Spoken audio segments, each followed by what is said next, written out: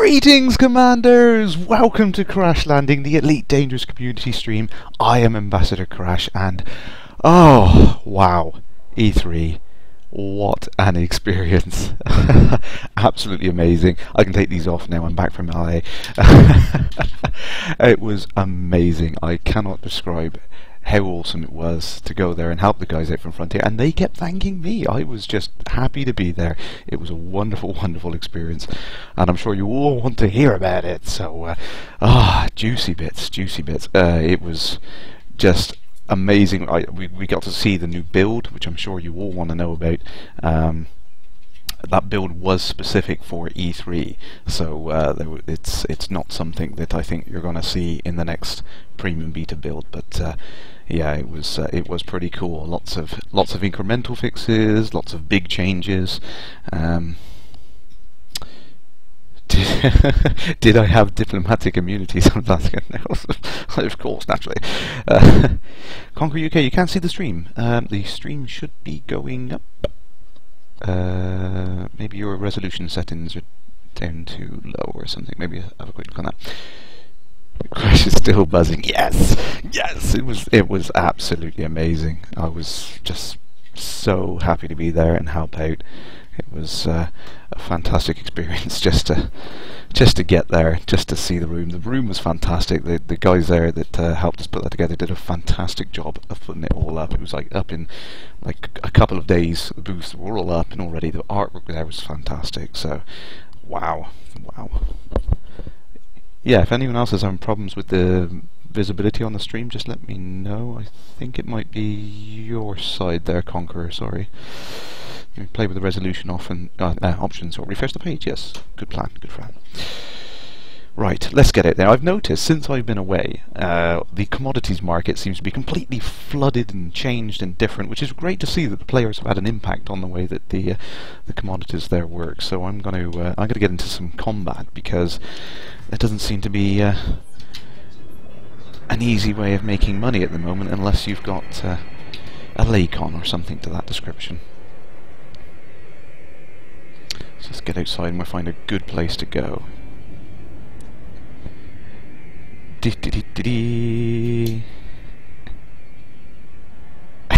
You want me to pop over and tell you in person? No, I didn't have to sign an NDA or anything, but we've got a mutual understanding that I won't be saying anything that I can't be saying. No, I mean, it was obviously, there was, like I was saying, there was a build specifically for E3 which had a whole host of various UI improvements, some great little things that made Super Cruise a lot easier. I did notice the distance indicator in the bottom corner there, so you always know the distance of things even when they're outside of your view. That was a nice little touch. Made life a lot easier when you're doing stuff. And I had fun with some speed docking with Adam Woods, which unfortunately he beat me 2-1. So damn. I let my nerves get the better of me, which was a shame. I was doing well up to that point. I got into the dock before him, but then just crash landed. I would say that, yeah, absolutely.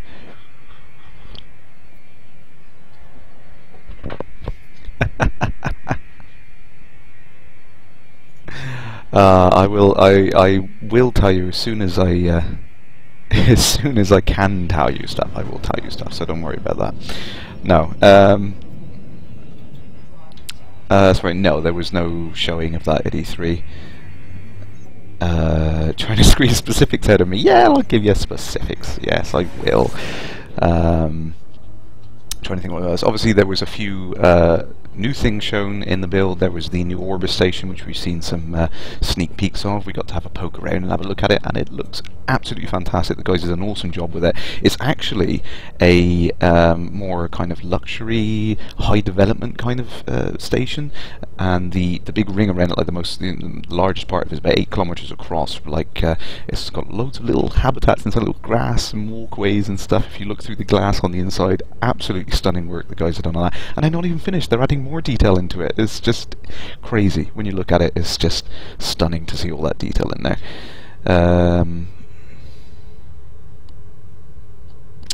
Do I know if the 1,000 km/h Super Cruise change was only for E3 to make it fun. No, I think it is planned. They're toying around with some different things. One of the systems we saw, which was new, was 17 Draconis. That was a incredibly large system, massive distances. So I know that the guys at Frontier are toying around with the idea of either being able to plan micro jumps between the heaviest bodies in a system. But at the moment, yeah, we just had this kind of higher Super Cruise speed, being able to drop out at a larger distance and a larger speed, so yeah.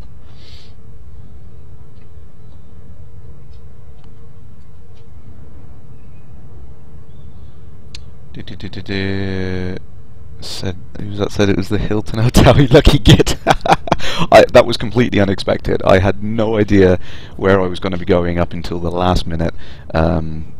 You know, it was fantastic that the guys at Frontier sorted that out. And thank you personally to Ali for doing a lot of the work there. Thank you very much for that. It was fantastic. Lovely hotel. It was wonderful just to sit there and have drinks with the guys in the evening and just chill out. It was absolutely fantastic experience, and I'd absolutely do it again at a minute's notice. Do I know how many variations on the station is going to have in different systems? I hope to see there was more than the Coriolis case. Yeah, well, the Coriolis stations we've seen so far, we've seen some subtle variations, coloration, and in some of the worse systems, the light flickering and things like that. You know, it's a bit worse for wear. But yeah, there are actually more variations planned for the Coriolis as well. So yeah, they're going to be very different. The biggest differences you're going to see is whilst they're being built, I imagine, on the stations. Dakil, did anyone see No Man's Sky? Yeah, we did have a look at the trailer when we were out there. Actually, it was very interesting, nice and colourful, different skits. Original Scatman. Sorry, I forgot your username. I'm sorry. Yes, hi. I know you are now. Sorry about that. And yes, he does live next door to me, so that's cheating. Yeah, there was a couple of things we saw. I mean, the background star simulation you can see there with the Milky Way and all, that was amped up a little bit. You could really see the detail on it. That was nice to see. Some subtle little graphics changes to some of the UI elements, and lots of more planets and system types. I'm just trying to find some high intensity. We'll start with the low intensity, work our way up. Yes, No Man's Sky. I was saying, yeah, we watched the trailer of that. Very interesting art direction on that. It looked very nice. Yeah, I must admit it was pretty cool. I was a little bit kind of surprised at the transition from the ground to the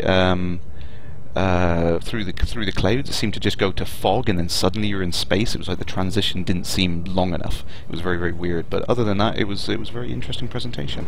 Some great things at the show, I must admit. It was somewhere I've always wanted to go as a child, and you know, I just still kind of pinching myself and thinking, did I actually go there? Did that happen? I don't know.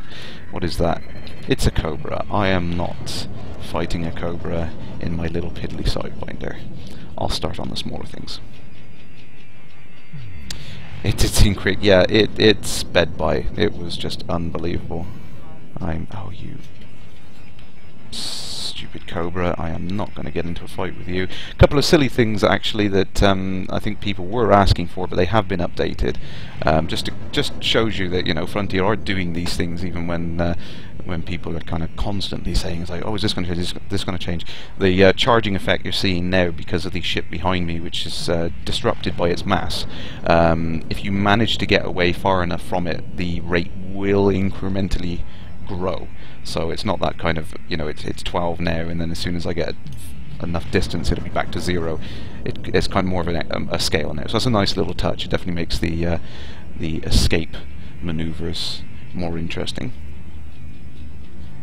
Introduction. Has anyone from Oculus visited the ED booth at E3?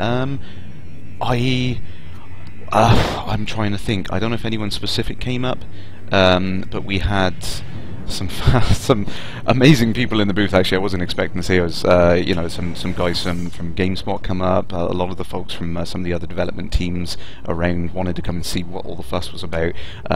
We had guys from Edge magazine, Escapist magazine.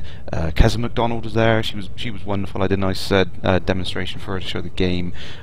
Just Dean Hall as well. I kind of completely, I was like taken away. I was like, that's really him? Wow, that's really him. And it was just fantastic to see them. And the guys from Corridor Digital, how cool is that? They do a fantastic YouTube channel. You guys have definitely got to go check it out. They do nice little live action green screen CGI mashups of like video game things and stuff like that. I love their videos that they do. You've got to go check them out.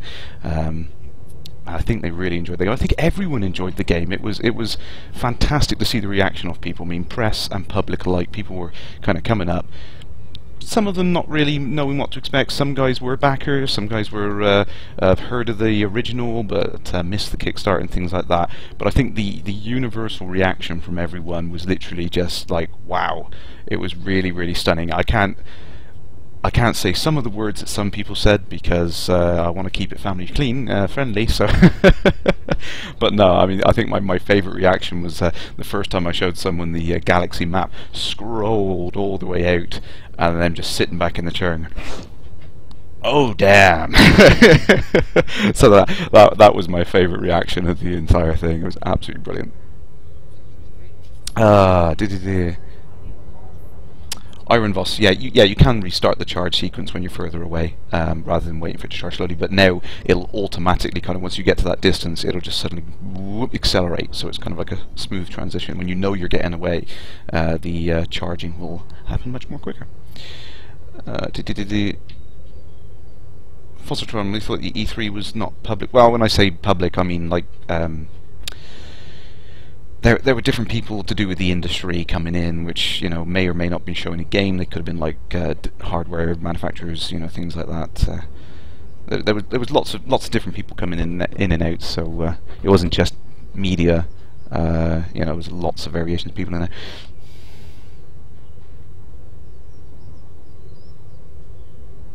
What was the most exciting thing I saw in the E3 build? That's a tough question. There were so many nice little things. Something silly, actually, which will help calm a lot of people down who are worried about playing it single player. But we did have a version of the server running on every single machine, which was just a simple program you could fire up. So it just goes to prove that you know, it can run completely isolated if you want to. We are going to get that at some point. You know, we are going to be able to have single player only with a local version of the server on the machine, and it run as smooth as you like. It was absolutely fantastic. So it just goes to prove, you know, if you don't want that multiplayer element and you go into the grouping system and opt out of it all, you're going to have a fantastically smooth experience. So don't worry about that.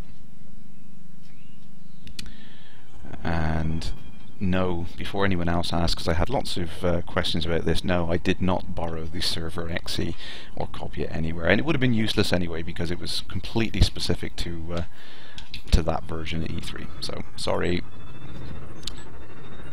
What have we got? Let's take out this Sidewinder first. Come on! Ah, it feels good to get back into it. Definitely. I mean, one of my tweets I put out actually started to trend a little bit. The hashtag I started off was quite funny. It was once I got there, it had been about 48 hours, and I was suffering from elite deprivation. That got a good response on there. There you are. Oh, so I've got to adjust the button slightly. I mean, I run on a slightly tweaked setup with the default X52 Pro, because there's a couple of options that are like close to me, like Super Cruise and whatnot. But all through the week I've been demoing it, doing the head look stuff, which is a bit more important. I mean, obviously when I'm playing with the Rift, head look's automatic, so I don't really need it. I tend to remap this to the mouse click wheel by default. On the left-hand control on the X52, I like that to be my Super Cruise button, so I can get out of trouble in an emergency.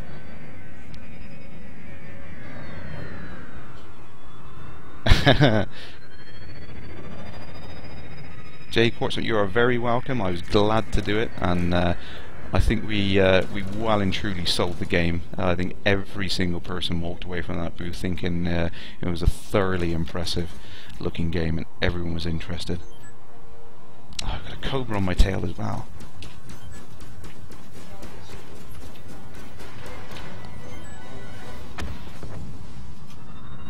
Right, there you are. There you are. Gotcha. apologise if I miss anything in the chat. Concentration. Come on, come on. Yes, yes, yes. Bang, bang, bang, bang. Get out. Boom. Love the music on that thing. Yes, and I absolutely have the music from the show stuck in my head now. We had a large screen TV 4K running the awesome new introduction video that I'm sure you've all seen, the E3 trailer.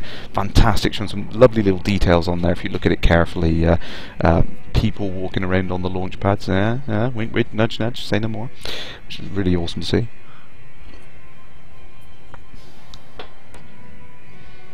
Fozzotron and Concrete, why am I not using voice attack? Yes, you're right, it does interfere with the recording, which is a bit of a difficult thing to get round. But also because I have just been so damn busy, I have not had a chance to get it yet. I really need to buy it. Even if it just sits there on my hard drive, I need to buy it because it is awesome, and anyone who doesn't have voice attack, go out and try it. It is really, really cool. I tried it briefly, I loved it, and then I just haven't had a chance to use it anymore. I've just been so busy. Plus it didn't help at the end of the month and I was totally broke. So, come on, come on, come on.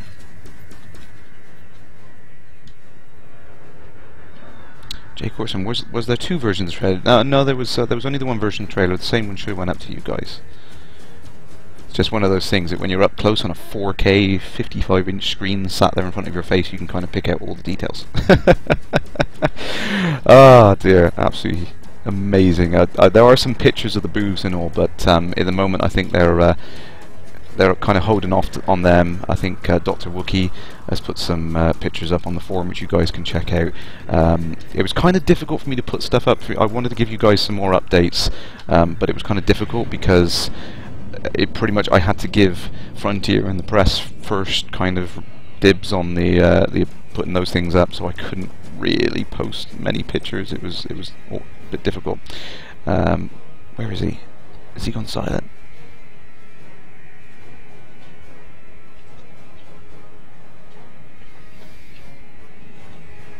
There he is. Come on. I'm gonna get after you.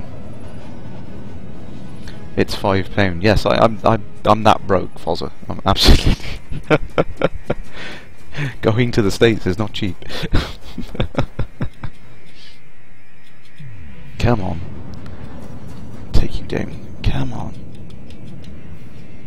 Nah, break off. He's obviously worn out.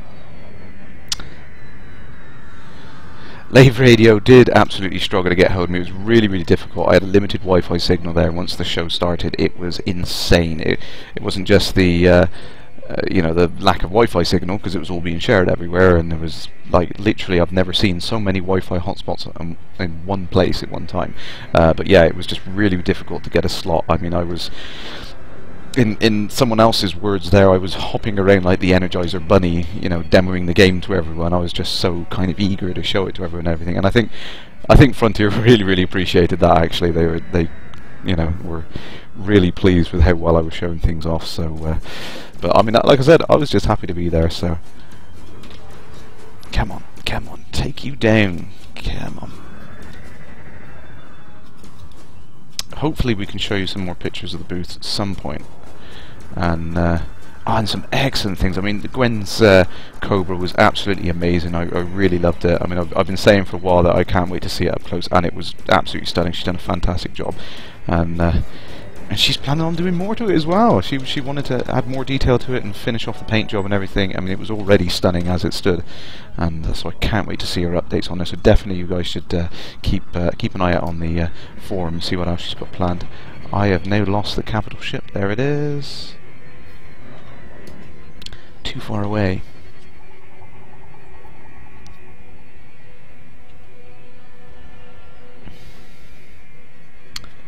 Why was I not putting energy into weapons? I was trying to catch up with the stupid Sidewinder. I don't know why he was running away. Ugh. Dear, dear, dear. Is the AI on the new build much improved? There was a couple of nice little techniques I saw it doing. It was kind of not taking so many risks. It was running away more often than I've seen the AI doing that before, which was quite nice. Subtle little tweaks to things. A lot of it is quite nice. If this is live, you'd really like to see something else than combat, like outfitting modules and stuff. Yeah, absolutely. Yeah, it's absolutely in here. Let's head off to the nearest city. Oh, actually, I might jump to another station because this city is probably going to be packed full of players right now, so put the guns away. Charging. Yeah, so there was lots of subtle little changes to the UI and stuff. The compass was easier to read. Some of the UI elements were easier to read. The heat signature element in the bottom corner actually shows up as silent when you're in silent running mode now. It was hard to show everyone everything. I mean, the biggest problem with the demo was that, you know, 5-10 minutes wasn't really long enough to demo the entire game to people because there's so much depth. But I think we did well enough. I mean, a lot of people were just still amazed at the stuff that we did show them. But I did try to go over things like, you know, the stealth elements, the weapon depths and things like that. I mean, when most people kind of come away and I explain to them, hey, yeah, that background stars you're seeing there are actually where they are, you know, calculated in 3D, so you get the whole parallax as you're moving around the galaxy and stuff. Yeah, it was kind of, people were like, no way. I was like, yeah, absolutely, you know, you're going to see all these things, you know. It's absolutely crazy detail on there. Toggit, how did I get on with Dr. Wookie and Gwen? Fantastically, they're lovely people. I'm staying in touch with them, and we're definitely going to try and arrange to meet up again at some point. I'm not sure when that's going to be next, but yeah, I absolutely want to see them again. They're wonderful people, and I had an absolute blast after the show as well. We had a great time going out for drinks and food in the evening, so. But yeah, I mean, we would have all quite happily have locked ourselves in the room at night and just carried on playing, but unfortunately we just weren't allowed. So yeah. So another little thing, actually, crashing into the planet's sphere of influence there. You now have a escape vector target on there. So once you fire up Super Cruise when you're within the influence of a planet, it gives you a direction to get away from it, which is nice. So it gets you out of this proximity zone problem that people were getting stuck in. That's a nice little touch on there. Oh, Fozz's got to run. Ciao for now. See you later.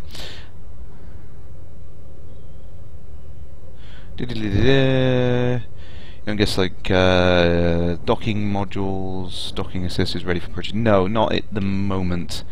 They are not available as of yet, but I think there's been much talk of them being in there, so don't worry, they are on the way. The docking assistant module, I think, has been highlighted in a sneak peek by Michael Brooks, so it's on its way. We will see it. Whoa, I should have slowed down. Ding, ding, ding, ding, ding, ding, ding, ding. What is it? Let's see what it is. A cobra. Run away. The brave Sir Robin ran away.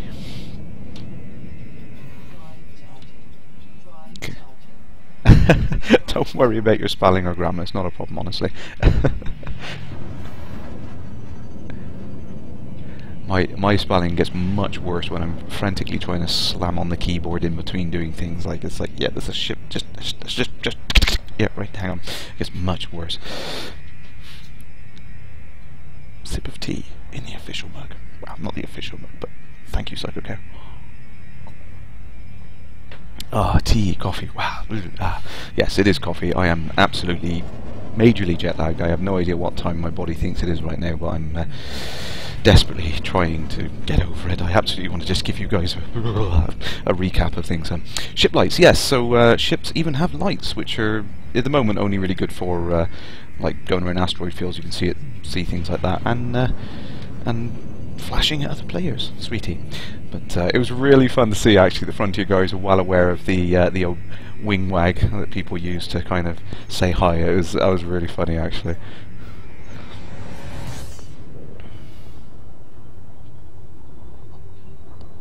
Sloma there, you looked at the GameSpot video and people were struggling to understand the scope of the game. Yeah, it was, like I said, it was kind of difficult to get across the sheer scale of this game to people, because I mean, first of all, it seems absolutely unbelievable that yes, it is an entire one-to-one scale model of the entire Milky Way galaxy. It just seems absolutely impossible, but hey, that's what procedural generation does. I mean, look at things like Minecraft. The landscape is absolutely well, near infinite. I mean, like 4 billion blocks or something crazy across. So yeah, I mean, procedural generation absolutely gives you the ability to do these crazy things.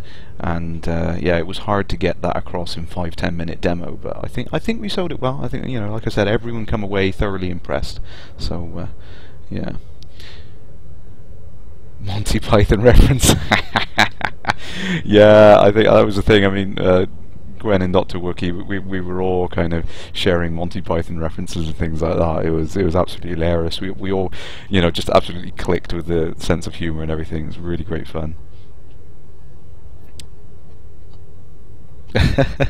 Yeah, lights allow you to see an asteroid when it's too late. I imagine they're going to become much more useful when you can start to salvage things from broken down ships. You're going to need those lights. If everyone remembers way back when to one of the early Kickstarter videos, that was one of the things that was shown, was the like, ship going around looking at the light of the damaged hull of the Anaconda and all that sort of stuff. So yeah, they're going to have more utility in the future, but at the moment they're pretty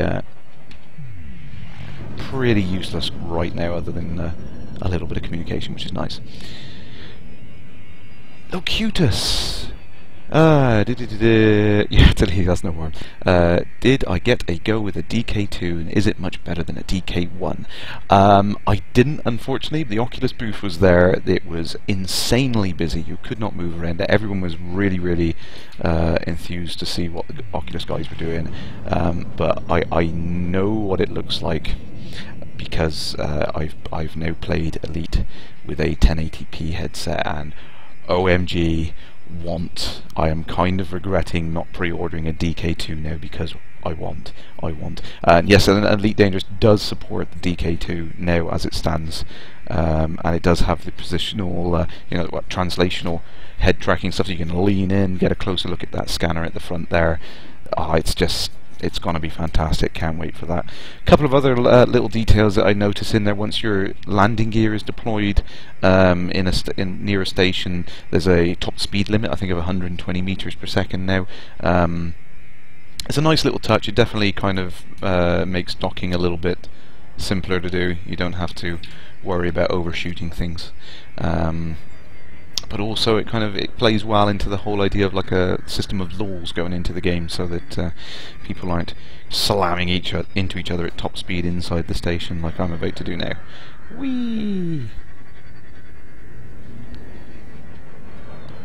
Where is that pad 16? That would have been a failed speed docking attempt.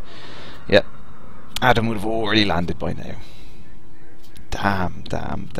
So I don't think that's too bad. I mean, the producer of the game, I was only like a couple of seconds behind him, you know. So I'm quite happy with that.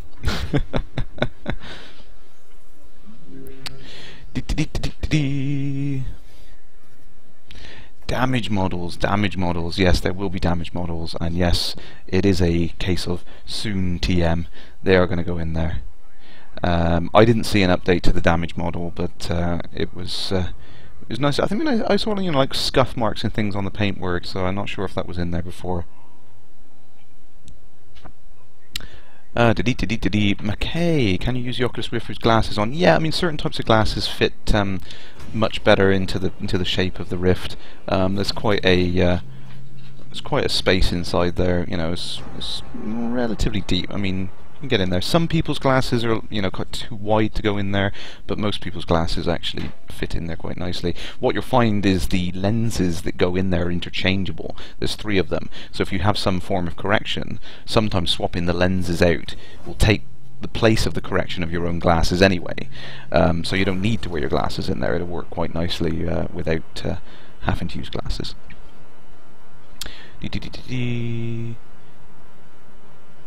Sharpshifter, yes. E3, it's hard to describe. I'm kind of waiting for you guys to lead with questions, because it was so mind-bogglingly crazy and immense. I just couldn't believe it. I mean, I've never saw that density of gaming in one area, kind of blended, condensed, and poured into this arena. And even in the size of the room, this thing was like a full-size football pitch with a roof over it. It was absolutely ridiculous, and it was just the noise, the light, the sound. I was in there 10 minutes and I had to walk out because I had a headache. It was just like information overload. It was just crazy. So yes, a little way up we had a question about the outfitting and things like that. So there's, you can see, I mean, there's a heck of a lot of options already, you know, and these are just part of what we're going to see. Different types of alloys for your ship's hull to give you extra protection. There's military reinforced, and I've seen, I think it's mirrored, which is really good for the energy weapons. It reflects some of the damage away and everything. Heatsink launchers, cargo scanners, kill warrant scanners, you name it, there's a heck of a lot. And as even as you can see here, there's a limited list here, because certain stations of different tech levels already have different amounts of items ready, and you know, different levels of things there. Shipyards as well, we've got the 5 ships we've currently got in the premium beta, which is nice to see. Some more being added in, you guys would have seen in the newsletter. By the way, I'm not sure if anyone's actually figured out what ship that is yet.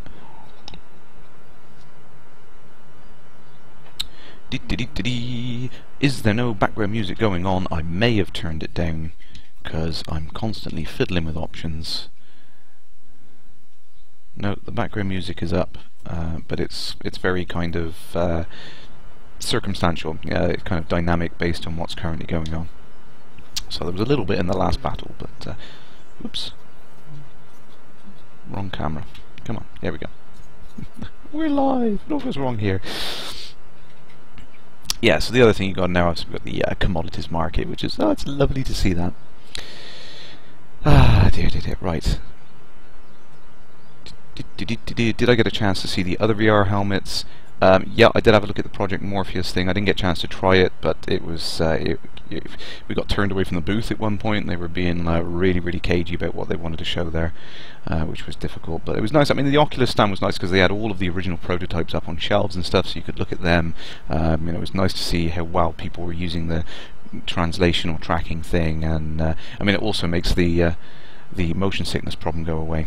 But yeah, I mean, just having the 1080p in Elite Dangerous made the world of difference. The text was readable, it just seemed smoother and everything. And one of the things that was fantastic was the fact that the guys had Elite running at a stable 60 frames per second, which was a fantastic achievement. So congratulations you guys already. I mean, even at this stage, I mean, full optimization hasn't happened and it's already running really smooth. So I think we're going to be seeing those changes go into the next build. I mean, what tends to happen is the development process is, you know, you've got multiple people working on multiple things, so you can't all be working on one problem, so people kind of like branch off and work on different things, and then lots of these things get merged back in, so you kind of go into like a tree almost and come back around again.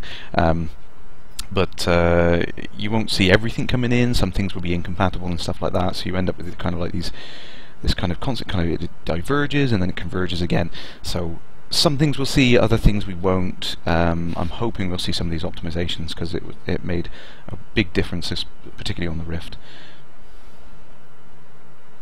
Oh, Jake Corson, sorry, the stream froze. I didn't see any major changes to the damage model on the ships, but we will see positional damage and things coming on there at some point soon, TM.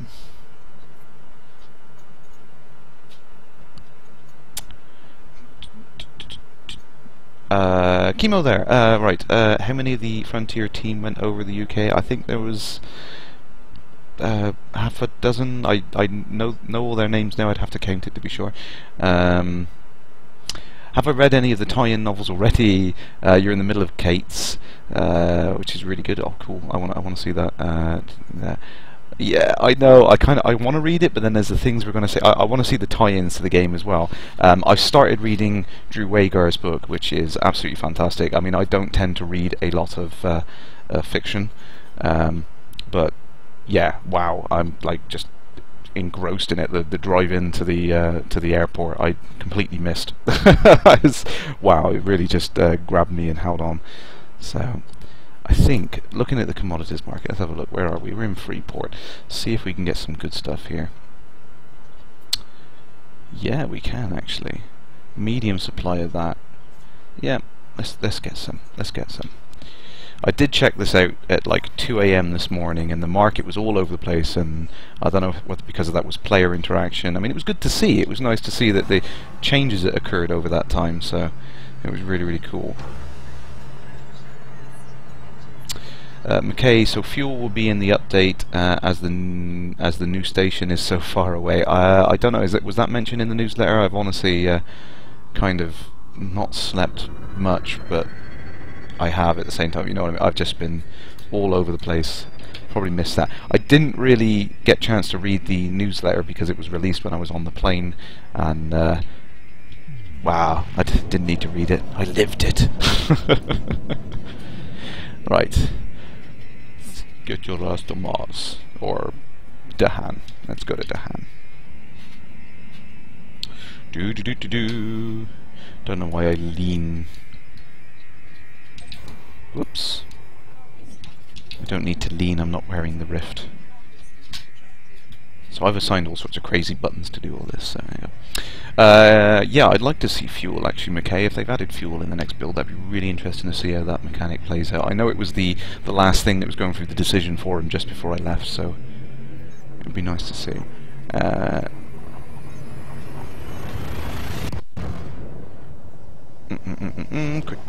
Quick, check. Locutus, good call. That ship from the newsletter reminded you of the lion. Yeah, does look kind of like the lion from Frontier Elite 2, actually. You might be onto something there, sir.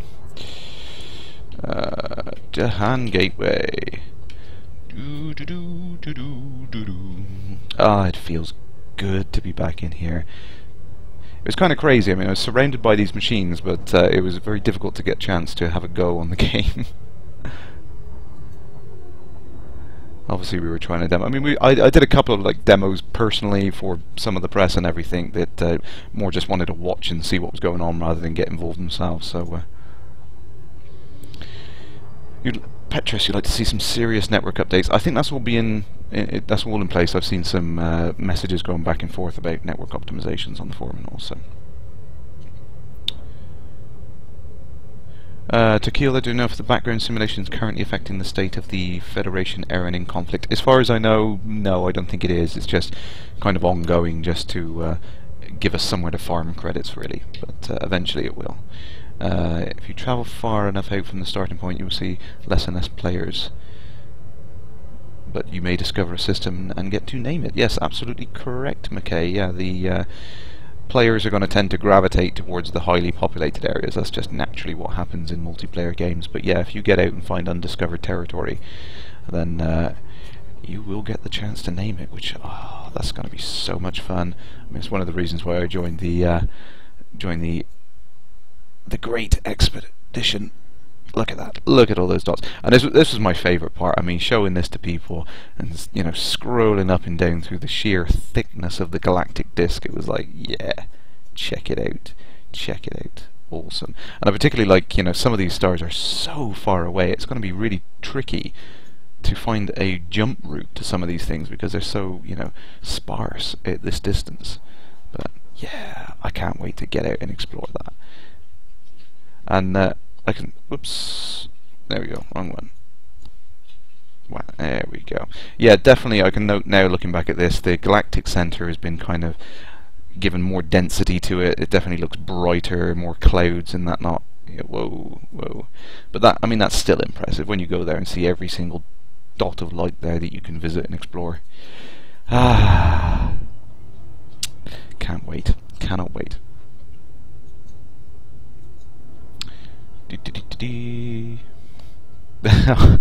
Iron Boss, honestly, I've not seen the damage model in SC. I'll have to go check that out if it's that bad.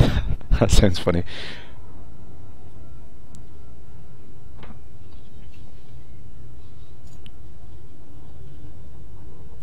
GS Pakarush, I hope I've pronounced that correctly. I apologise otherwise. Can you tell me how to find a starport?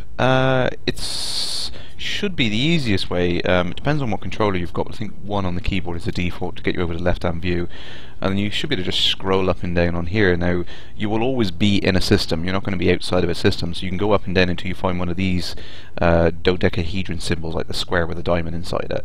That will definitely be a starport. You can lock onto that, and you should be able to fly to it.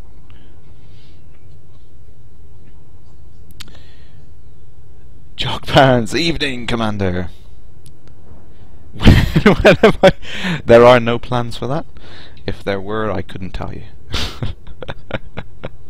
And thank you. Yeah, no, I hope I did you guys proud at E3. I was definitely running around like a mad person, jumping over the chairs to help everyone out, and yeah, I was just infectiously enthusiastic, as I am on the stream. I was just eager to show everyone how to play the game, and it was just great fun. You know, I was absolutely, really just stunned and taken aback by people's reactions. It was so good. And for those of you who didn't know, actually, you should all know by now, because we all treated like crazy. It was so fantastic. We actually got 3 nominations, and we won 2 Best in Show awards, one from Escapist magazine, and one from, I think it was IGN Italy, which was absolutely fantastic. I mean, we were all exhausted and emotional at the end of the day when they come in. I mean, I literally welled up. It was just so awesome. I was just so pleased for the guys at Frontier. They're well deserved.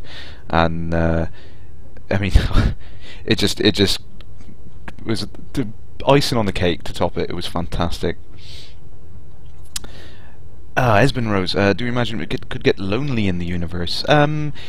Yeah, I mean, that's part of the appeal, though. You can get out and you can just explore, and you might just be, you know, very isolated for a period of time, but then those interactions are going to be all the more special when you bump into people. I mean, what the guys are planning, obviously, is you can fill out the universe with NPCs, so even if you don't see a lot of player characters for a long time, you might bump into the occasional NPC, you know, distant, saying, you know, this is my resource claim, you know, so yeah, it's going to be really interesting to see that. Resri, hi! You just picked this up. You feel like a lost spec. Yeah, it's crazy how vast this game is. It's so unbelievably huge. After all, space is big. Really big. But don't panic. GS Pekkarush, when you get close to it, someone always attacks me. Yeah, I've been hearing on the forums there's a lot of kind of griefing stuff going on at the moment. Obviously the anti-griefing systems are being worked on. They're all aware of that. So it might just be that you've got a lot of players which are just taking the mick right now. But let me know what station you're near and I'll come and help. And that's what I'm going to really enjoy about Elite Dangerous, is regardless of what situation you get in, is that cooperative element, getting in there, getting stuck in and helping people out. I can't wait to do that. Vigilanteism for the win.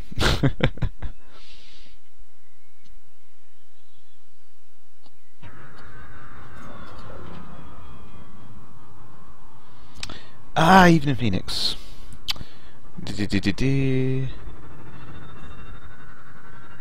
Oh, Takio, yeah, if you're getting NPCs interdicting, then run the heck away. The default key to get a Super Cruise is C on the keyboard, I think. Depends on your control method. If assume you're using joypad or something like that, then C should still be bound to dropping you in and out of Super Cruise. You have to get within 200 kilometers, and you have to be traveling pretty much as slow as you can possibly travel. I think it's 200 kilometers a second or less.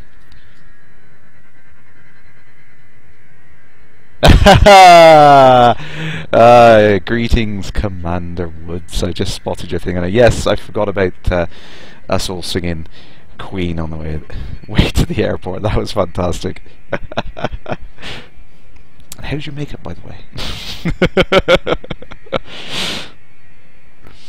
Coaster, no, we've just been having a catch up. But if you do have any questions, then by all means, just throw them at me. I don't mind answering them again. It's not a problem.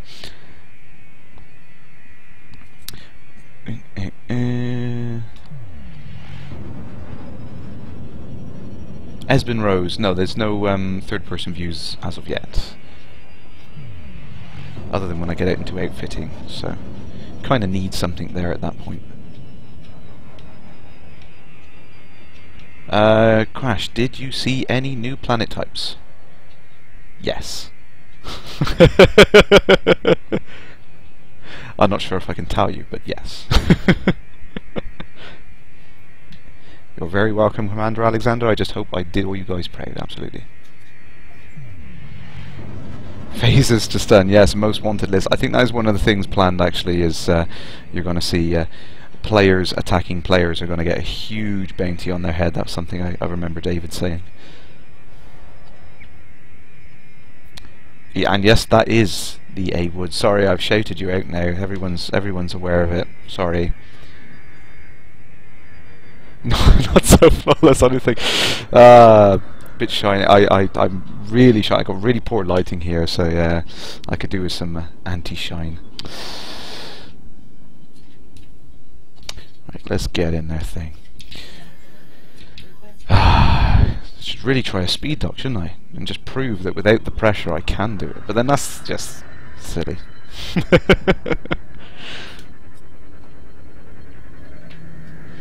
27. Rizaru. Sorry. You have to spell that phonetically and I'll get your name correctly. Do you think PvP players will have fun too? Yeah, why not? I mean, if you're in somewhere where there's a jurisdiction which means you can attack other players, then yeah, heck, I mean, I'm all for it. I'm not completely anti-PvP, you know, the whole kind of Care Bear hardcore debate that goes on the forums all the time. I think there's room for everyone. That's kind of the point. You have areas where that can happen. I mean, in something like World of Warcraft, it's very, very distinct. You go completely to PvP servers, or you go to locations where you're bound to have PvP combat. But in Elite Dangerous, you're going to have the jurisdictions. So if you stay to the safe zones, you won't have to worry about it. But if you want it, then go out. Go to the dangerous places. That's what it's all about. It's Elite Dangerous, not Elite Care Bear. Whoa. Did someone just try to land on me? I think someone landed on me. Whoopsie. Yeah, now I could do the head look. Yep. Someone's landed on me. Someone's bounced off my shields. I'm going to save and quit in case I explode. Let's quick catch up. Evening, Fiery Toad. I'm standing way too close for proper. Yeah, I know. Go out to 5k. So actually, just say to the guys watching, actually, official speed dock, right? You need to be 5 kilometers away from the station, facing away from it, so directly behind you on the compass, and landing gear out. And requested docking already. Start the timer and get it. I want to see someone start up a thread on the forum and start getting those timings in. It would be great to see some community timings. There's an idea for you. First one to the forum and do it. And if you create a duplicate, then I'd have to get the mods deleted, wouldn't I? But someone go do it. I was going to do it myself, but I haven't had a chance yet. Thought that would be a good idea. Yeah, there wasn't so much coverage from BBC on E3, which was a shame, really. Tolmart, you'd love to know my mapping on the X52. I'm pretty much standard, except because I've got the Rift, I don't tend to use the mouse tracking, so the mouse wheel click on the left-hand controller, I've got that for Super Cruise, and I think I've swapped one of the toggle buttons on the right-hand controller to get me into hyperspace, because I like to have those close by. What can we buy? What can we buy? Tantalum from here, I think. Ooh, there's not much of it left. I'm not going to get a very good price, but someone's been in here with a lake on. Never mind. Warning, cargo at maximum capacity. Let's get out of here. And let's get the rock out of here. So yeah, I mean, I really like the control method as it stands anyway, but there's a couple of buttons I just like to have close by. I've got so used to having the landing gear over here, I've just been doing it in that side screen anyway, which I'm sure that the guys will be happy to hear that. But yeah, I mean, I really do like these screens, it's nice to have them there. I want to try and encourage the use of that. Oh, that's another little update which should go on the UI HUD, actually, is down in the bottom right corner. You can see whether your scoop and your gear is out without having to go check. So, I'm sure that's one thing that people are going to appreciate there. It's nice to see those subtle little changes going into the UI, actually, because it definitely makes the game a much more complete experience. Oh wow, sorry, the chat just screamed by on there. Greetings, Dynamic Spoon. What about in situations where haulers hire mercenaries to escort them and pirates attack them? You'd love to see things like that.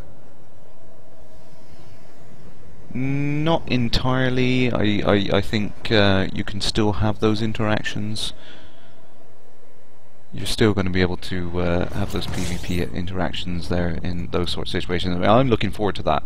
I mean, my sister, she's not one for combat. She doesn't really want to get into it, but she's going to be quite happy to haul cargo around, and I'm going to be supporting her. And I'm absolutely going to be in full PvP doing that because it's going to be great fun.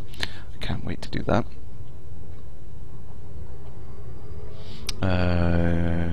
Do I know when I'll see the first missions in ED? No, I don't, I'm afraid. I'd like to see it. I mean, that's one of the things I really love about the Elite series is, you know, everyone quickly concentrates on the graphical sides of procedural generation, but I'm really interested in seeing all the background stuff, like, you know, the generated mission structures and things like that, and the kind of like the dynamic like trees of events and activities that can come out of it. I really want to see all that sort of stuff. That's where I'm really interested.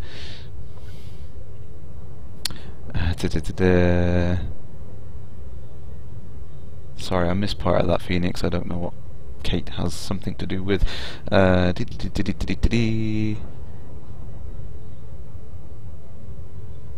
Yeah, you see, Adam doesn't have to answer that, so.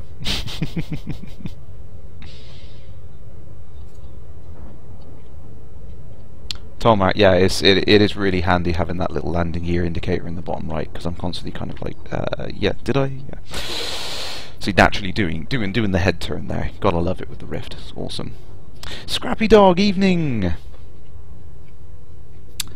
Do you think it's too easy to be killed when flying the Cobra, as they are too slow when turning? No, I don't think so. You got a much higher top speed. You just have to fly it differently. I think that's the key thing. It's a different ship. It flies differently, so you have to kind of use different tactics to maneuver out of it. And that's one of the things that I really enjoy. Actually, is the feel of the ships. They really are different. Any word on when we get comms in the game? I don't know yet, as of yet. I mean, I quite happily use TeamSpeak and Skype and things like that anyway, so I'm not too concerned about that. But it'd be nice to have the old text interactions for players you don't know, just being able to, you know, your money or your life. I mean, ask them for some friendly advice or the directions to the nearest station. Honestly, I'm not a pirate. Excuse me.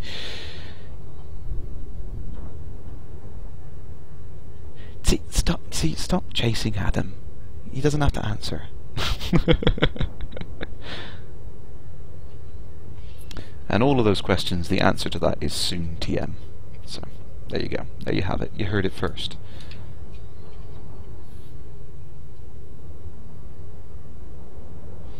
Say hi, hi, hi, hi. Hi, Hazel.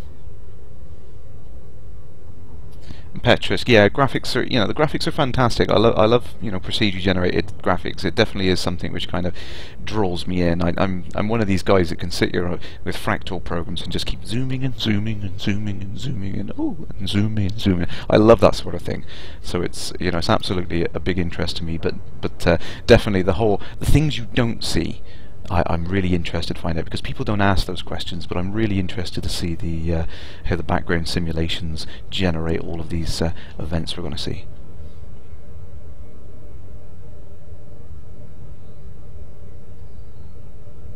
Ryerzu, yeah, well, no, you're very welcome. I'll answer as many questions as I know. And it's great fun. I like to keep you guys informed and interact. That's what it's all about.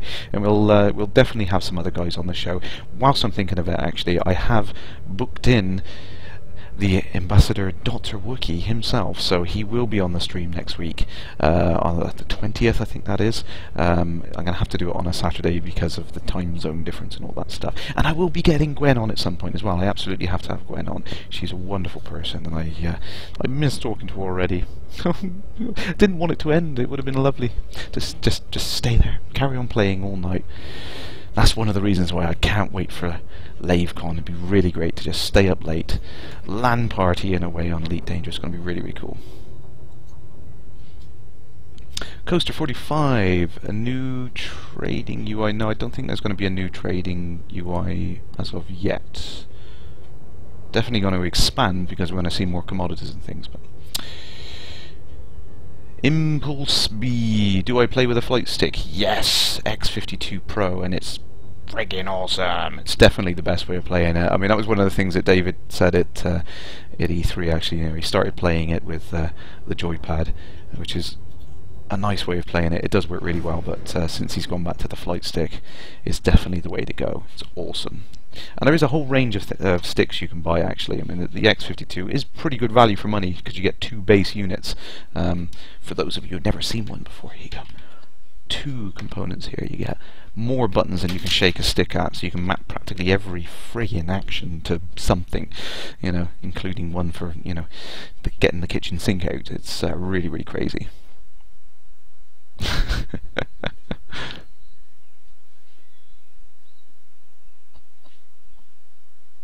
Scrappy Dog, you sold the Cobra and went back to an Eagle. See, that's again what I love, is the fact that the ships are so distinct, so interesting to fly for different situations, that maybe upgrading to a more expensive ship is not the option for you. Stick with something that you know and like. I really like the combat feel of the Eagle, the fact that you can you know, get the drop on other ships of similar classifications. It's a really, really fun ship to play with. Definitely one I'm going to spend a lot of time in the fall thing. I'm going to be doing lots more combat than I used to do in the previous games. Oh, Adam's got to shoot. Farewell, Commander. Yeah, I'm still severely jet lagged, but I'm getting through it.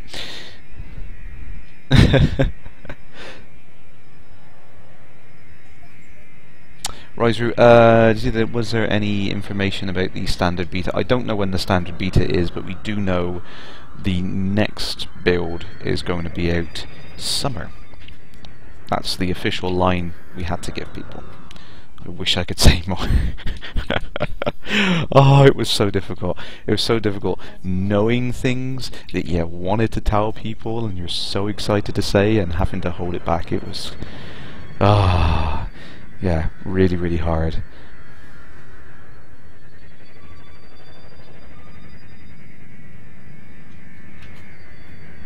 Whoops, whoops, whoops. Really should pay more attention to the screen rather than the chat. Let's get docked and I will check back with you guys. 2 seconds. Maximum reverse thrust. Wrong pad, wrong pad. I'm well aware that's the wrong pad. Here we go. Bang, crash, bang. This is my pad. This is my pad. Seriously, I got dockered. Nice. Nice.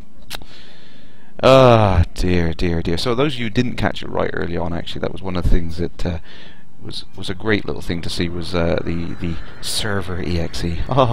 I know you'll probably all think that would be like gold dust and you all want it, but it was only really useful for E3. But the fact that when you're running it all locally, it's silky smooth experience. You know, you don't get any issues with connectivity and stuff, and it just goes to show, you know, what we're all going to get eventually when it's all optimized and working fantastically. And if you do want to play single player, but why would you want to play single player? Multiplayer is just fantastic. But no, it's going to be a really, really great experience.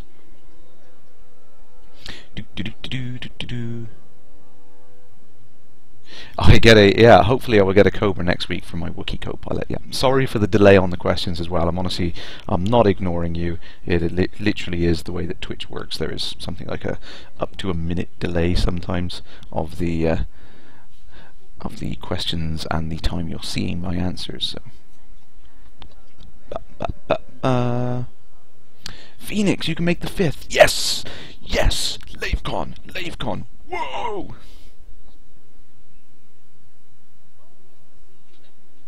Fanboy. Yes! Check it out! My galaxy map from Frontier Elite 2. Thank you again to that anonymous donator on the forums. I'm sorry if you do want to shout out, then by all means let me know. I will give you a shout out, but it's probably better if I don't give your name out on the live stream.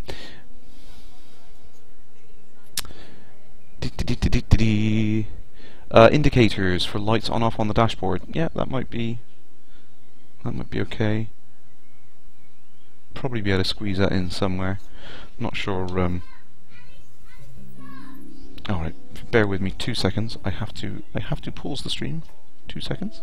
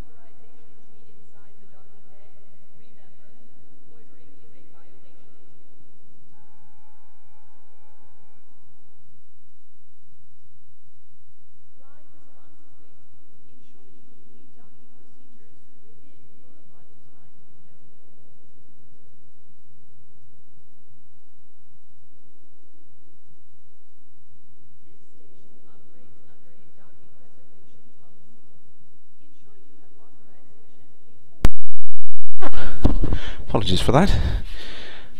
Technical difficulties and all that. Wow, right, okay, sorry, it's summer now, yes, somewhere that. I know. Summer. Impulse B, recently become interested in space sims. Glad to have you aboard. You can't decide between SC and ED. Do I have experience with the two, and why do I like one better than the other? Very good question. I will try to be honest and not biased or opinionated in any way. Well, unfortunately, no, I've not had chance to do much with Star Citizen, because despite downloading it and trying it, I'm completely stuck at the moment in some sort of loop trying to get logged in. It just doesn't seem to work, so I'm really stuck with it. But I've been looking at some of the other feedback other people have been given in. I'm a little worried that they've focused too much on like kind of the graphical elements and putting in, I think there's too much of the Crytek engine bleeding through this kind of. It's like an FPS in space. It doesn't feel like what I want. And whilst it's nice to have the deep story that they're planning and everything else like that, I would prefer to have the exploration that you get in Elite Dangerous. The sheer scale of this game, Elite, and what you're going to be able to do with it. That interests me more. The dynamic nature of it, the fact that it is about you, it's about player choices, about how you want to play the game, rather than kind of just being stuck in this little scripted linear sequence, which is what I feel the other game is going more towards. So yeah, this definitely feels like more of my game. It's more of a sandbox. Well, it's the largest sandbox ever in existence, an entire galaxy for your play. So it suits my play style more. That's definitely what I'm looking forward to.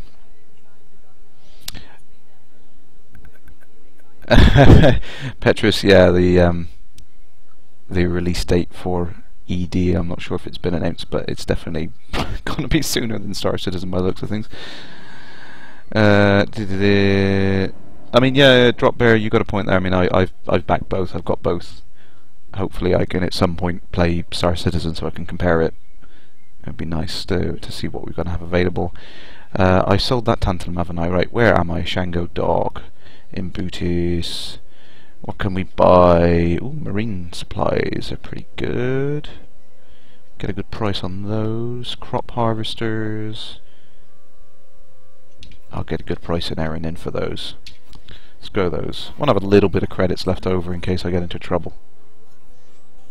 You always need to have enough money left over to back up your insurance.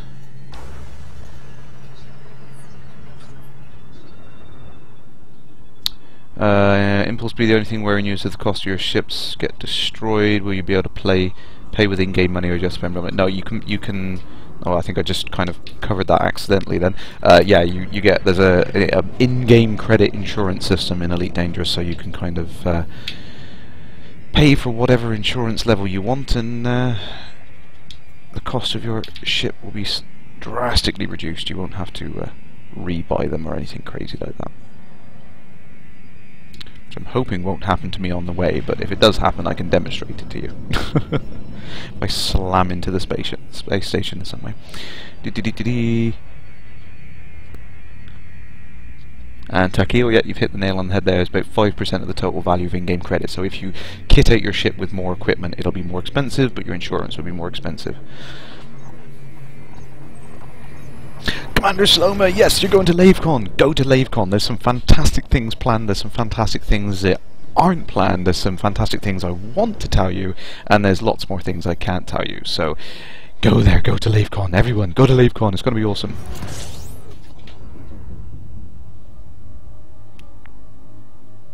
Yeah, and Petrus, I think, yeah, I just kind of accidentally covered that as well. Yeah, every time you're going out and trading, try to make sure you've got enough left over to cover your insurance cost of your ship, because you will lose all that, and then if worse comes to worse, you've only lost the cost of the cargo you've bought in that circumstance. Wow, we've got lots of cool questions coming in tonight. Thank you everyone for coming. It's always great to have questions on here. Gil Soya Massey, I'm sorry. By all means, you can spell your name phonetically if I screw up your name. So, if you're watching live streams, thank you, great humour. I have one question: will we get a hangar with different ships? You like the combat side, getting bounties and all that, and the trade. Why do we have to sell our ships? Why can't you have one ship for combat, one for yes? So, to sum that up, yes, you are going to have some mechanism at some point where we can have multiple ships stowed away, and you can quite happily swap between them. David's even mentioned how he likes the idea of being able to carry your little Sidewinder or your Eagle in your Anaconda and then swapping over at some point. So I think he is very much up for the idea of having multiple ships that you can jump around in without having to buy and sell them individually. But obviously the key thing that the Frontier guys want to maintain is this idea, you know, keeping it in that first-person perspective as much as possible. So it's you. It's all about you and your character evolving and changing as you get through. Phoenix, does it mean in Star City if you lose your ship you have to pay real money to get a new... I haven't heard of that. I don't know if that's the case, having to pay real money to get a new ship. Ouch. The new Eagle cockpit is very good. Is it new one that replaced the Eagle cockpit, or is that just the other version of the Eagle, like the military Eagle? I don't know. I think the cockpit is kind of being iterated on as Frontier build on things. So you'll probably see changes in all of the cockpits over time. But I do like the idea that, you know, there's going to be lots of customization we're going to be able to do in the game anyway. So you're going to be able to make some changes to your ships and all.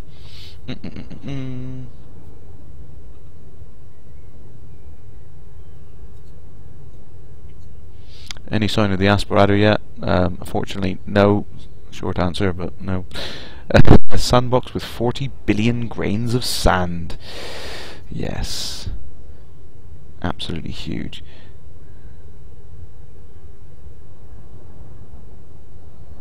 Esben Rose, how did Star Citizen get all that money in Elite? Only that because publicity. That's why people have just never heard of it. It's just what happens, isn't it? You know, first to market, and the guy who shapes biggest gets the most money. Doesn't necessarily mean it's the best thing. Hey, look at iPads. Look at iPads. If the Surface came out beforehand, I would have had one of those straight away. But I'm not buying 2 tablets now.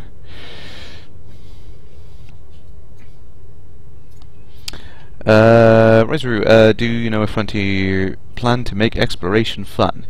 There'll be a lot of flying. They sure have something to keep us interested. FAQ players won't be able to just take off and disappear into uncharted areas of the galaxy without a huge amount of preparation and logistical equipment. Do I know anything more? I've heard lots and lots of talks of things that's going on. I mean, one of the things we've seen about the idea of like interdictions and all is to keep the travel aspect interesting, so it's not just a slog from A to B. You're going to have various events occurring as you're going along. But yes, when you start to go out into unpopulated space, it is going to be a long slog. You're going to want ships, engines which are faster, more resilient and things like that. So there are lots of plans to make that interesting. Some of the things that you're going to have obviously is the being able to scan systems and planets and things like that for resources, so you can make money and bonuses from those explorations. So there's going to be things you want to do. You're not just going to be traveling from point A to point B just to get to point C. There is going to be a purpose of the exploration and a reward for doing various things. And the fact that you can make a heck of a lot of money in doing it, and be able to name entire systems if you're the first person to discover those systems. How cool is that? Cannot wait until we get far enough out to start seeing people naming systems. That's going to be really cool.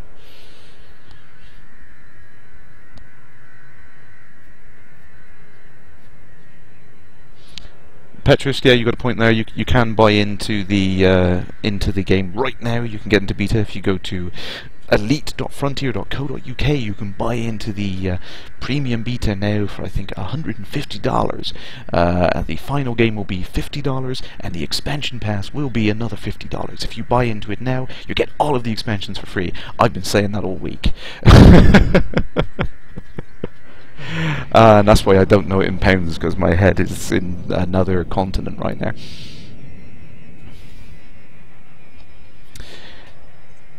Impulse B, you're currently waiting on your DK2. I want a DK2. After I've seen Elite in higher resolution, I want the new Oculus. It's not fair.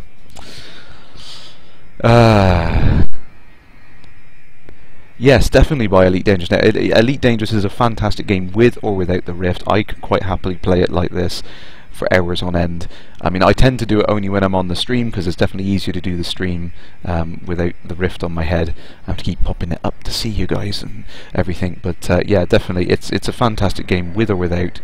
Ooh, someone's dropping gold. Free money. Yeah, it works well with both, so definitely get it now, give it a go. Even though it's in premium beta, it's so playable, it's so fun. It's you can see everything that's going to come into the game, and the stuff which is going to make it fantastic fun to play already at this point. So definitely worth buying. And the fact that if you buy it now, you get all the expansions for free. So awesome. Docking request granted. Docking. I've been dockered, so I'm just going to wait a second. Vonatar! Greetings, Commander. Long time no see. How was E3? Frigging amazing. The most fun I've had, like, ever. It was absolutely awesome. I would definitely do anything like that again. I would love to help out in any way. And I think I'm right in saying I well and truly did my best at selling the game, because everyone who walked away was absolutely stunned. So yes, yes, job done. Pad 27, let's get in there. Quick. No! Pad allocation error. Pad loitering warning. You son of a. Pad 14, okay. Alright, bear with me. I will catch up with the questions quickly. There we go. Pad 14. Go! Get over there. See, yeah, we know that this is kind of a synchronization networking thing, why we see these pad allocation errors. But I love them. It's fantastic. It's almost like going to the shopping market and someone stealing that space, and it's like, jump. I was just going there, damn it.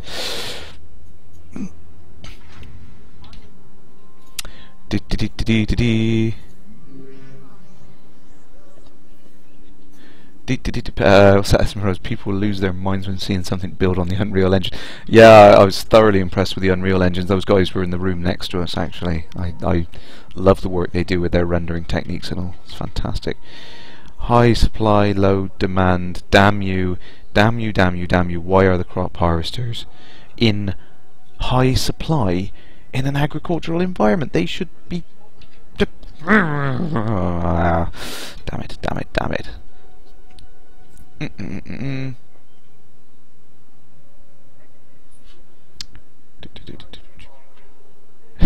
When I get the DK2, warn my family. Yeah, they won't be seeing me. Absolutely.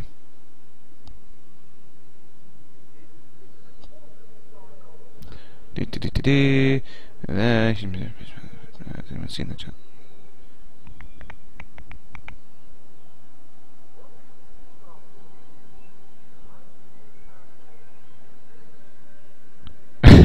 Takia, will I be naming a system called Kerrash Landing? I'm going to try.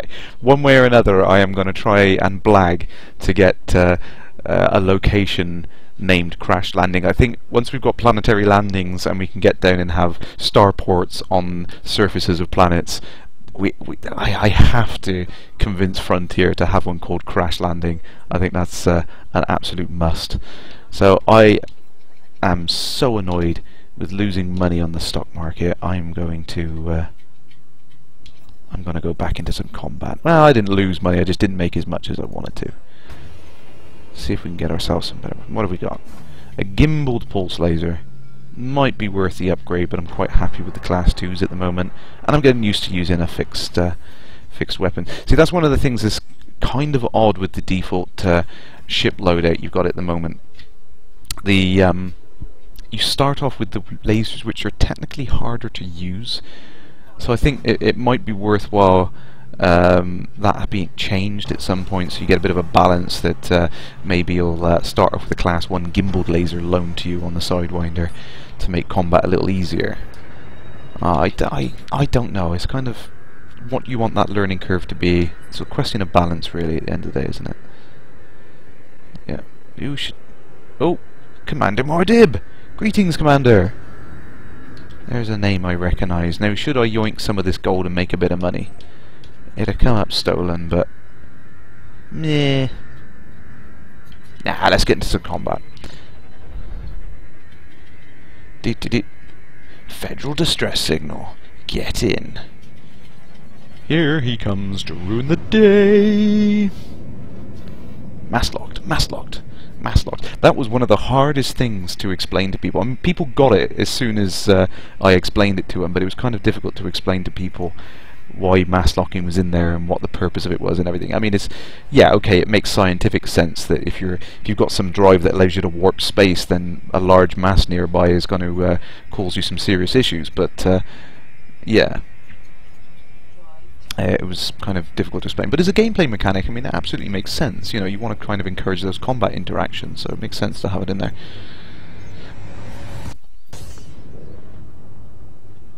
The sales pitch was well rehearsed, yes. We had a script of things to follow, so yeah.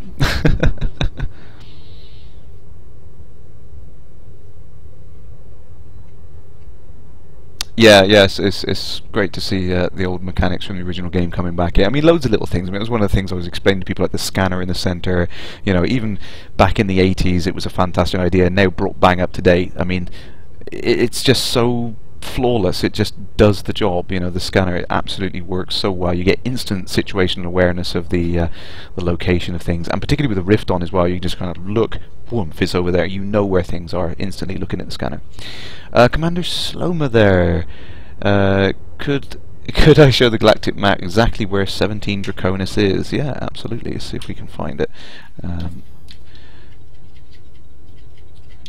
See if we can find 17 Draconis. I think it is a fair distance away. Draconis. And I know that there we go, 371 light years away. The economy is unknown. That is interesting, yeah? It's way up here. Way up here. Near Polaris. That is a heck of a distance to travel to get there. Now I know that one of the main reasons why the guys had it in there and they were demoing it was because it was one of the larger systems you can see in the game, so the distances between bodies in that system was so vast, it gives them a kind of a play space to kind of test the different mechanics that they want to put in. Like I said earlier on, for those of you joining just recently actually, there's two ideas which are going around in the team at the moment is either the acceleration curve of the Super Cruise in-system travel is going to be quicker, so you can zip around it many times the speed of light much faster and get there faster, or there's the idea of doing mini hops between the larger bodies in the system. So if you've got a system like Alpha Centauri, one of our favourites from Frontier Elite 2, where the Proxima Centauri is about 900 light years that way, or no, 900 AU that way, some ridiculous distance out, and it takes forever because you end up hopping in near the binary pair and then Alpha Beta, and then having to fly out to Proxima Centauri for the space station. Took a ridiculous time. So there's going to be some way of doing it. Von Tyler, you want Elite to work in 2560 by 1600 in the Premium Beta 2. I didn't realise there was a resolution limit, because unfortunately I'm not that pixely gifted, shall we put it. So I want your monitor. But yeah, I'm sure that will be patched up. The resolutions should be a relatively easy thing for the guys to fix. I think you know, it's like with anything really. It's kind of a case of meeting the majority cases first, and then trying to patch in and fix any outlying problems. 17 Draconis. Well, yeah, I mean, the problem is as much as I want to show you more of 17 Draconis, I can't fly there yet. I've seen it. It looks absolutely stunning. One of the things I did see in the E3 build was a white supergiant star, I think it was. I don't think it was a white dwarf, but it was stunning, absolutely stunning. It was so bright. It did really, really light up the night sky with it. Everything just seemed like it was in broad daylight when you're looking at the asteroids and things like that. Really, really stunning. And of course the Orbis station, the new station design that we've seen some sneak peeks on. I love the yeah, look at that B9V. That's a bright star. That's a really, really bright star. Yeah, the Orbis station, which was fantastic to see up close. You look on the inside of that ring, you see all the glass windows you can see, and you see grass, little pathways going around inside there. They're definitely like luxury apartments and things that are going to be put in there and stuff like that. It just, oh, it looks absolutely stunning seeing that.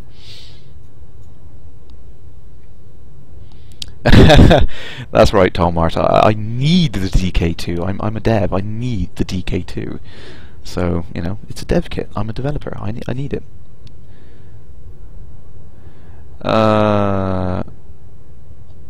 Zimrig, unfortunately, yeah, nice to see you. Drop in and watch, by all means. And thank you very much, yeah. It was great fun at E3. I hope I represented you guys well. I think I did. Everyone walked away. We had to get new desks at the end of it, because every time we showed them the galaxy map, you know, they kind of broke the desk when their jaw dropped, you know. So no, it was fun. That was my favourite thing in the entire show, is that every time you got to that galaxy map, zoomed out, people just kind of sat back. It's like, oh damn, you know, it was stunning. It was really great fun. Phoenix Fly Dockard, yeah, that's what she said. Tamahar, you're also going to LaveCon. Woo! LaveCon! LaveCon! It's going to be fantastic fun this year. It's going to be great to see you.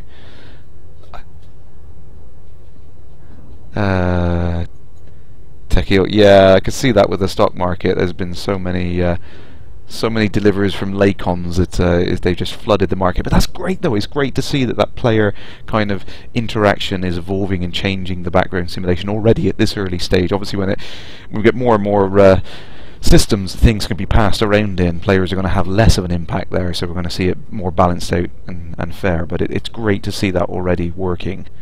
That's going to be really, really fun. Coffee is a good price. Coffee, we need the coffee. Dorsey1, what's my controller setup? I'm using an X52 Pro, which is absolutely fantastic. Love it. Using pretty much the default key binding, but I've mapped a couple of buttons for Super Cruise, because it's always handy to have that close to hand to get out of trouble. Cosmic Gainer, when will they patch the ED with stuff and fixes from the E3 version? Soon. No, the official line was the next version of beta will be summer, but we won't. I don't know how much of what we saw at E3 is going to be in that build, because the E3 build was specific for that show. so you're not going to see everything in there. Oh, safe disengage. Phoenix to fire, yeah. You can see how much of a delay there is in the questions. The learning curve was steep in the previous game, and yeah, I did like it. Just throwed you in the deep end. It's like sink or swim. It was nice to have that. It's kind of difficult for newer players coming in, but hey, if we have all the different start points, you know, you can choose to start it live with a bounty on your head. Why not? But that would be nice to see the different variations in the starting points and all.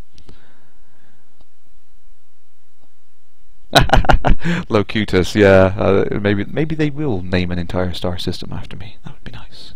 Although some players, I've had some comments saying that I should have my prefix changed from Commander to Ambassador on the game. Still not using voice attack. Yes, I'm sorry. I will get voice attack at some point. I've just been so busy and so broke at the end of the month. You wouldn't believe it.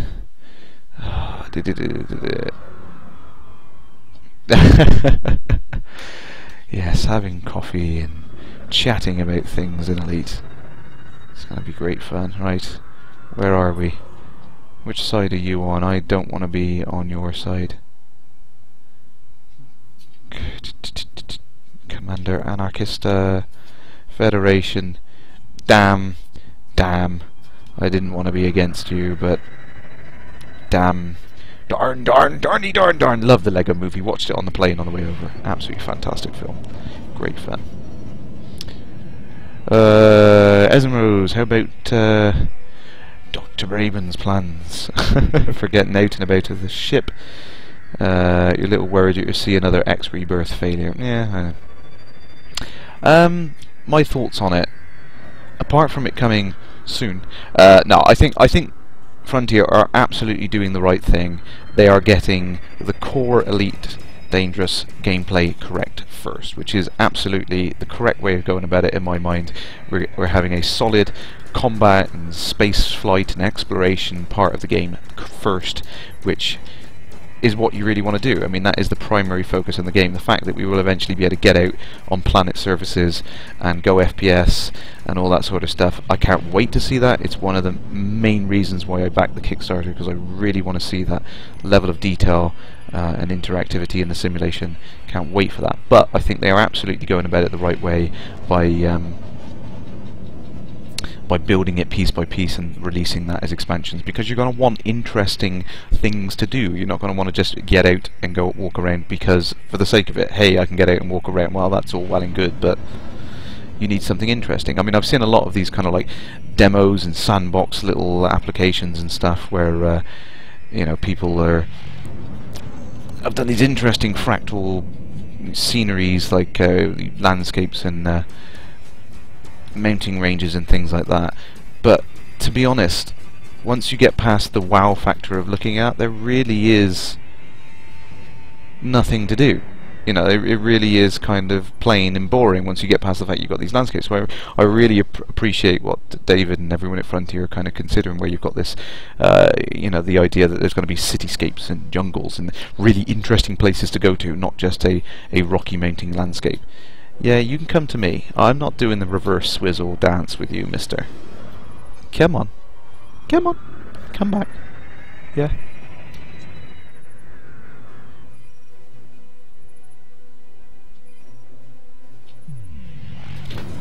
Go, go, go, go, go, go, go, go, go!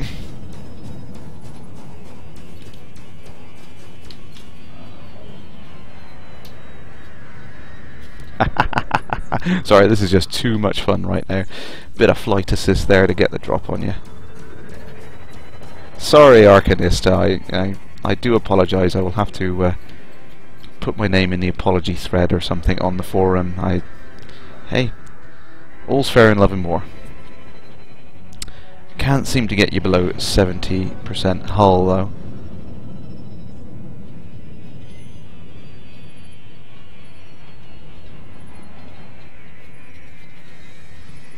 Come on then, come back to me. Right, it's too much fun, it's too much fun, it's too much of a distraction. But that's a good thing, that means the game's awesome.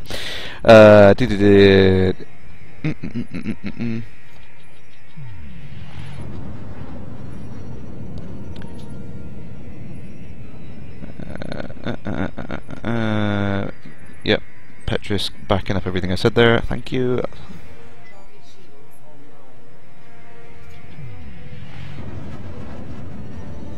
Ivan Ross. Yeah, I'm kind of wondering whether or not the expansions are going to have the same kind of interaction we've had with Frontier, with the kind of cycle and development and the DDF and all that stuff. I hope they do. It'd be interesting to have that feedback. I think Frontier really appreciated the feedback that we've all given as backers, so it'd be interesting to see if they do follow that same pattern. I think it'd be good. Absolutely. Smiley Dan, can I turn the game sound up a bit? I will try. Hopefully it won't mute me out entirely. Law. Commander Jan, greetings, Commander. I'm getting my backside handed to me.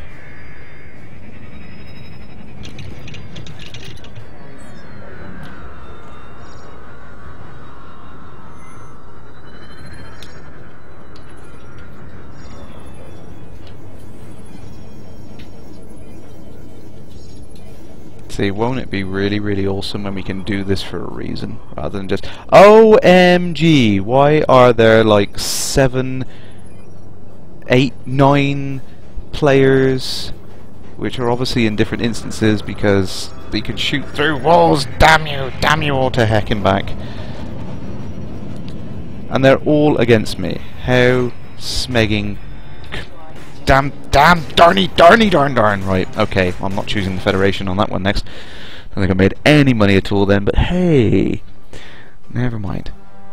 Just upgraded your armor to military grade armor on your Cobra. Yeah, it costs a fortune.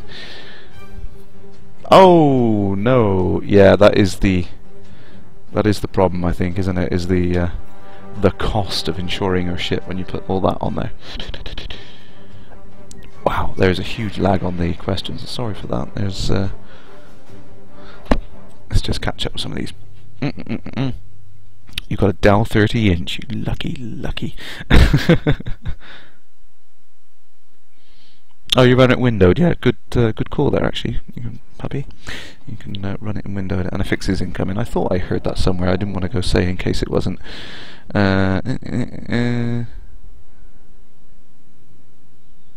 Sloma, do I think they will expand the bubble far? I don't know. I haven't seen any plans of how far they're going to be expanding the Galaxy range in each version, or if they're going to do it at all. I mean, I don't know what their plans are in terms of giving us that level of interaction with it. It'd be nice to see some more things. I mean, I think the problem with expanding that bubble is with the Sol system quite close by. It's going to be tricky. I mean, Sol System is one of those ones which is going to take a very, very long time for the content to be added in. So, because there's so much of it to be handcrafted over the procedural generated stuff, it's going to be hard for them to include that one in the simulation. But it's going to be nice to have some places, definitely in terms of fuel, because I mean, all of these points at the moment are probably one hop away from each other. So, I think in order to test the fuel mechanic, they're going to need to open up at least something for a couple of hops.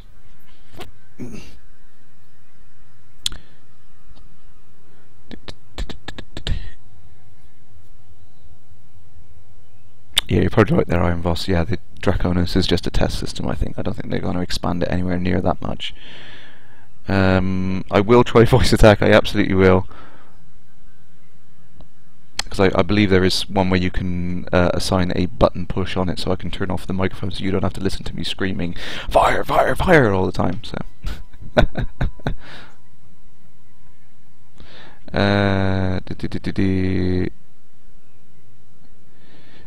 Takio there. Everything is awesome. Yeah, that song just gets stuck in your head. I really enjoy the Lego Movie. It was great fun. I wonder how far out we can go and still see. This looks like system generated names now. Wonder how big that 160,000 stars collected from real star data from. Oh, there's another one of the things from the script I was always saying.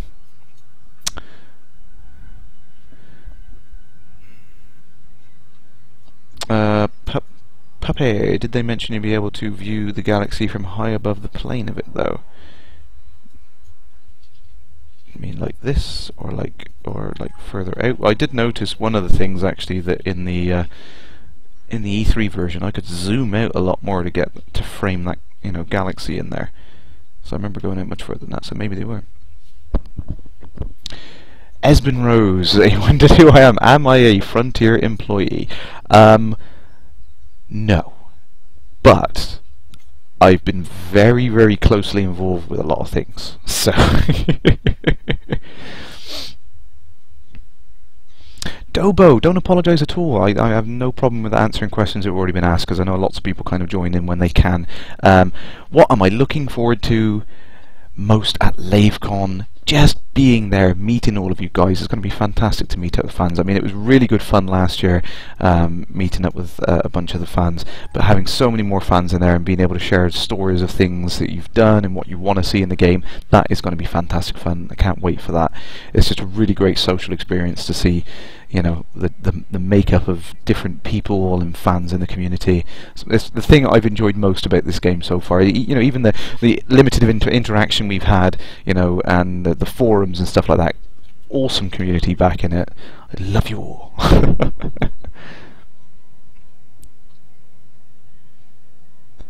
Petrus, yeah, he was right, yeah. Everyone said, you should start streaming, I was like, okay, I'll start streaming. I have no idea what to do on the streaming, but it's proven popular. It's been great. And it's been great to have, you know, folks on from the community, and I'm always welcome to that. There is a thread on the forum that you can check out, actually. Leave your comments, suggestions, anything you want to see in future episodes, and if you just want to come and join in and have a chat with me about the things that you've done in the game, that's also absolutely welcome to do that. I'd love to see people join in. That's what it's all about. It's a community stream. It's for you guys. What game has the most similar physics to Elite? You want to try and get used to it before a standard beta? Difficult, because Elite Dangerous has a very, very unique feel to it, and plus the fact that it's really, really customizable. You know, turning the flight assist off and all that, you can quite happily play it in many different ways, so it is difficult to suggest a game which is similar. I'll have to get back to you on that one. Try a few more games out and see what feels comfortable.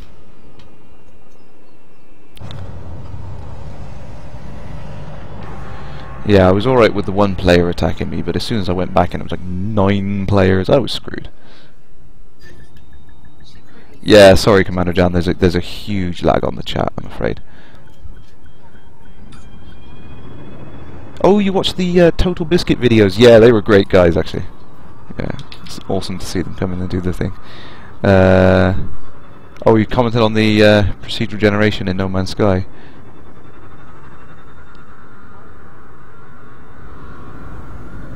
Ah, yes. Comment on how the difference between handcrafted and procedurally generated content. That is one of my big bugbears. I do remember John Carmack, and I respect everything that guy does. He does some fantastic technical stuff. But I do remember him putting out a tweet a while back and talking about how, you know, procedural generation would never be able to overtake handcrafted content in terms of quality, and I think that's what he said. I don't know the quote exactly, but I have to disagree with that. I think the problem is it too easy to do things with procedural generation which are bland, because you build the simplest program you could possibly get away with. The way you get around it is you make programs which are complicated and varied, and you make interesting procedural content in that way. And if you do that well enough, if you make those programs interesting, then it's going to be very hard to distinguish it between that and handcrafted content. So yeah, I don't think there is going to be a problem. I think it's just a fact that the industry is just not well practiced with making procedural content, and this is one of the things that Elite Dangerous has a kind of upper hand on over other games out there, is that these guys have been working on a procedural engine since '88. Some of the code in there already, so cool.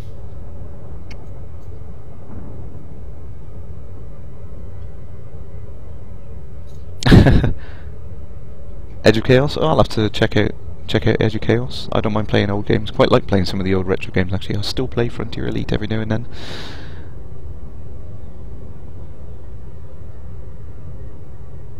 Cool sucks there. Everyone chooses Erin.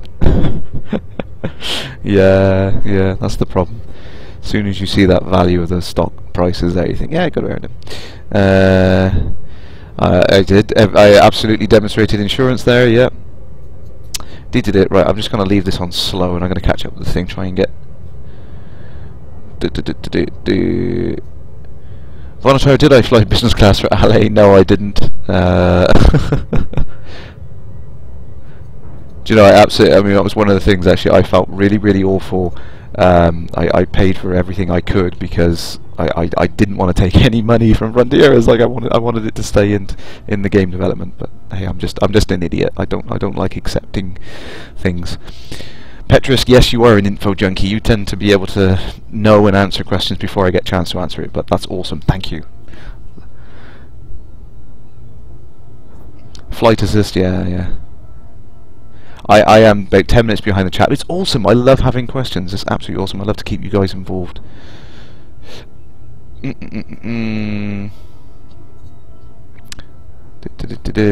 Dark Star 1, yeah, I remember that game. That's another one. Use voice attack for warp.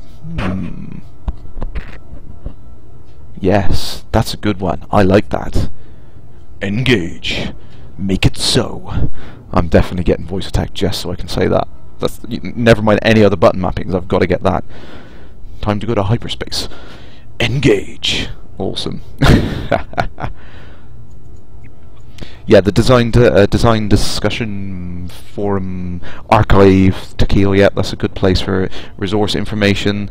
So much on the forums at frontier.co.uk. You should definitely check it out.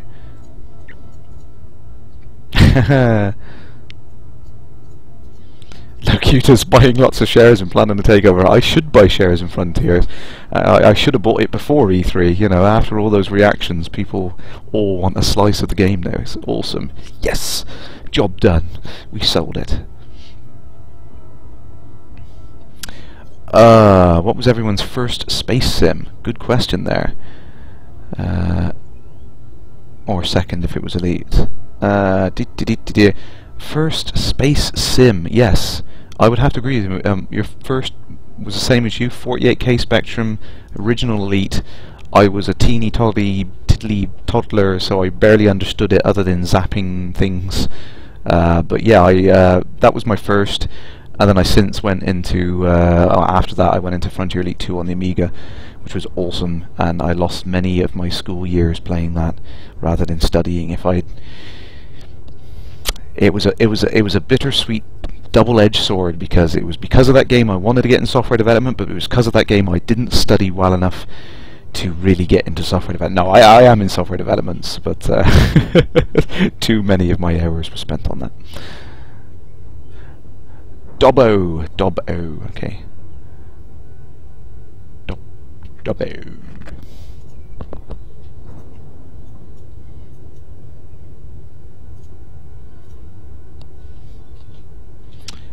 Will there be multiple rifts at LaveCon? I certainly hope so. I'm bringing mine. I've heard rumours that maybe 2 more, maybe more, so fingers crossed we will be seeing a few rifts for you folks to try out. What is that ship? I will see if I can quickly click that. No, I'm getting a 404. I will check out that link later on. You still have all your old space games on a tape. Incidentally, I am actually going to be bringing as many of my old retro computers. I got the Spectrum, the Nintendo, the Amiga. I'm going to try and bring as many as I can to set up at LaveCon. I've got versions of Elite, Frontier on most of those, so that'll be another thing we're going to see at LaveCon.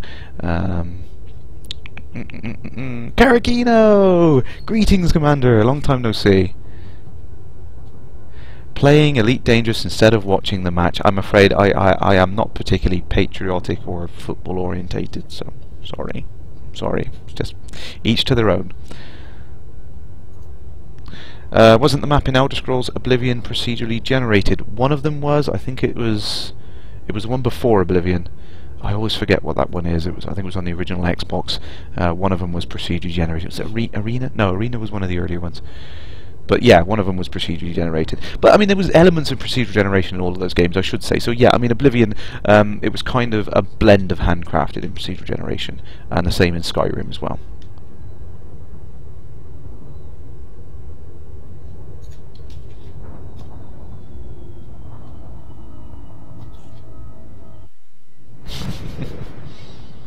Who's going to LaveCon? Everyone shout out who's going to LaveCon now. Just say LaveCon. Everyone who's going to LaveCon, say LaveCon in the chat, and that should make it really crazy and hard for me to read. But go, go, go, go, go! Go now!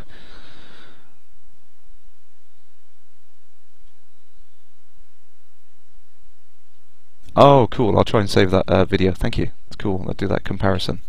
Absolutely love to see things like that. That's awesome. Thank you very much.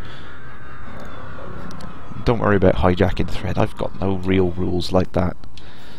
Right, I'm joining the rebels this time. I don't care. And you watch, there'll be no players in there to assist me, and look, dozens and dozens of enemy ships. Awesome. Great. That's my luck, isn't it?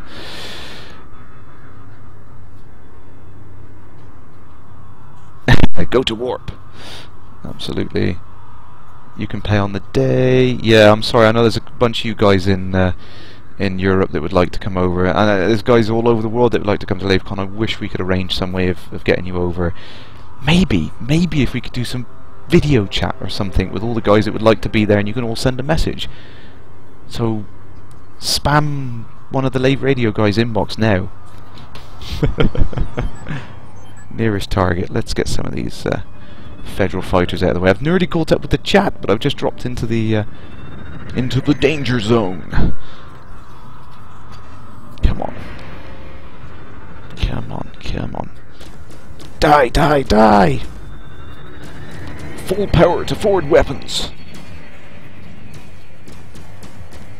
Yes, I need voice attack. I really need voice attack. Whoa, whoa! I would really like to put my Rift on.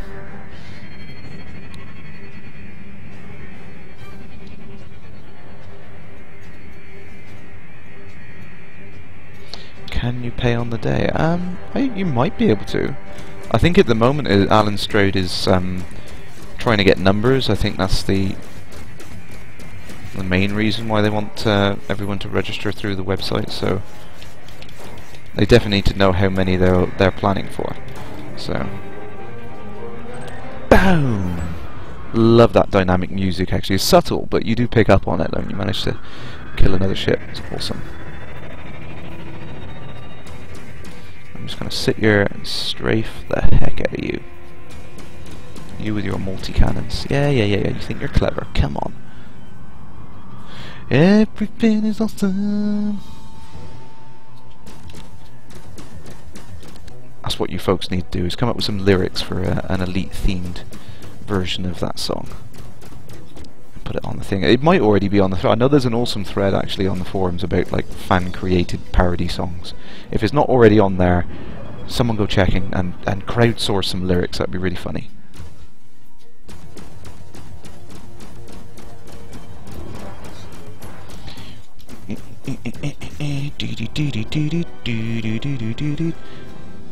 Come on. I will. As soon as I've taken this guy out, I'll use the opportunity to catch up on the questions. Excellent. Questions.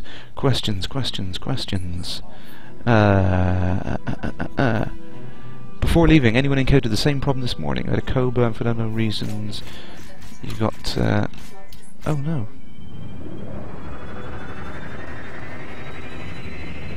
You got a Sidewinder with basic weapon in the same amount of money. Oh no, don't know why you had that problem. I think I've seen people report some other issues on there. Maybe it's a known, but hopefully it's a known bug. I mean, definitely report it. You may be able to get your money reset actually if you contact one of the guys at Frontier, like Ashley Barley or someone like that. Might be able to have a look at resetting your thing. I think they are looking at. Oh, shoot. I think I hear someone was reimbursed for an issue like that, which was a bug-related issue rather than something else. So it's worth giving them a shout, see if they'll help you out. BBC Micro Elite, yes. Oh, you remember the Amiga 1200? Nah, yeah, Federation of Free Traders. Yeah, I mean, emulation is the sincerest form of flattery and all that, but yeah. Wow, I wouldn't want to go on a two-seater microlight with a 100-mile range. That's scary. Crikey, how many days have we got? Got Sloma, Dobbo, Phoenix, Talmahar. Sorry, your name. Sorry, Talmatar. Sorry. Oh dear, I remember your name from before. Sharpshifter, leave gone. Daggerfall had the map. Thank you. That was the one. Elder Scrolls Daggerfall had the procedurally generated map. It was completely procedurally generated. If I remember, there wasn't so many elements in it. Wow, yes, bring your retro computers. I love retro computers. I have a ridiculously, well, not ridiculously large, but I have a rather large collection of retro computers that my wife hates me for, but yeah, I do like my retro computers. Come back, you wuss. Stop doing donuts and come back.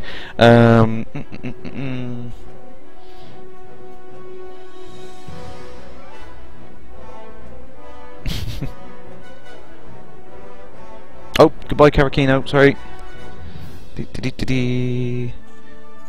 Ah, yes. Commander Psycho Cow is the master of all parodies. If no one has done that, then I will suggest that song to him. I'd love to see his rendition of that on YouTube. Do I know the name of the Spectrum before the 48K or the 16? This will test me. The 16K. Oh, it's not. What do you mean the 16K, or are you talking about the ZX81?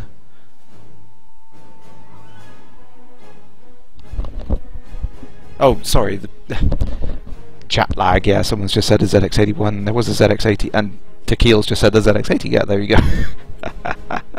I haven't got one of those, unfortunately. I think the 48K was one of the older ones that I've got. I've got a Commodore Plus 4, which is incredibly rare, mainly because they were pretty pants, but they're rare nonetheless, and I love it to pieces. It's one of my favourite retro computers I got there. I had my son programming it on the other day, which I was so chuffed to see. Actually, he thoroughly enjoyed it. I let him. I've got one of the original programming handbooks, which is amazing fun. Look at it! Look at this! Look at this! Both Specky and get the light off it. Specky and Commodore Basic in it. Absolutely amazing fun. And I had my 6-year-old playing around with it. He picked it up like, whoa, a duck to water. Absolutely loved it. As soon as he saw that first go-to program print his name 100 times, that look on his face, I remember. Wow! It's like, yes, I did that. How cool is that? So brilliant. Like father, like son. I don't push him. He entirely wanted to do it himself. That was one of the things I was adamant of when I had kids, is I wouldn't want to push my kids to do anything unless they wanted to. But he loved it. Bless him. I'm so chuffed with that. Slow down, you little beggar. This is where I could do with.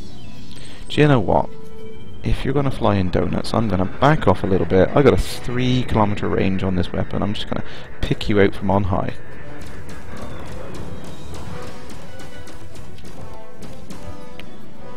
You really do not want to go down. This is where you need bigger weapons, isn't it?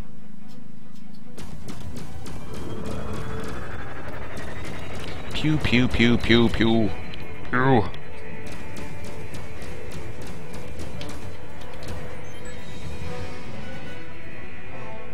Damn you, what the heck. Phoenix Fire is the next release of beta. I mean, we all get wiped again. I don't know the schedule for the wipe. I know that the incremental versions that we've had, like in alpha, there wasn't a wipe, so I imagine if we get another premium beta with any kind of incremental fixes and whatnot, we won't get a wipe. But I think when we move from premium beta to standard beta, we probably will get a stat wipe and be reset back to default. I mean, that's kind of why I haven't really played around much with getting the newer ships, because it's not much point at the moment. It's just report those bugs, people. That's what it's all about.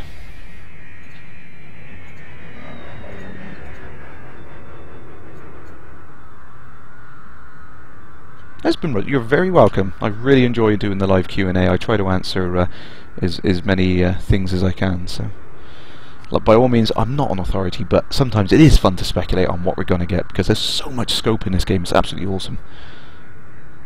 Oh, See you later. Sorry, didn't realise you were leaving in that comment there, but thank you for tuning in. Dobbo, yeah, I can see there's some lag issues at the moment, but I know there's networking optimizations are to go in yet. Very, very important quote from that very, very famous developer: early optimization is the devil. It sounds stupid, but it very much is. I know it very well. It's that you get something working first, you figure out all of the systems, all of the things you need in place, you know, timing, synchronization with your network packets and all that stuff. All that stuff needs to go in. You need to have something down, and then once you've done that, you look at all of the problem areas, the bottlenecks, the slowdowns, everything else, and then you start removing all those things. So don't worry if things seem touchy at the moment. You optimize after you've got it all down. I mean, that is kind of the problem, is you can't optimize a blank canvas. You need to get something written down before you can realize what you can take away and improve. So don't worry about that. Iron Voss there, jet lag, chat lag, yes. Yes, absolutely exhausted still, but I'm determined to stream. I'm trying to catch up with the chat. I'm desperately trying to get in there. I've got loads of people coming in on the Twitter. By the way, if you do want instantaneous updates of when I'm going live and any other crazy things I get word of, you can follow me on Twitter at KERRRASH. Yes, 3 R's, because someone is still name squatting me, but hey, that's just the way it is. So yeah, definitely follow me on that. You can get instant updates on things. And then join the forums, definitely. Check out frontier.co.uk, join the forums, and you can get more in-depth information. There's so many things on there that will answer your questions. And great community as well. Yes, I have shown the Spectrum 2 Plus, and you got the Spectrum 3 Plus. I did have a 3 Plus, but at some point it got thrown out or something. I don't know. Travesty, I know. But hey, my mum didn't appreciate it. Thank you, Phoenix. You suggested that song to Cow. Nice.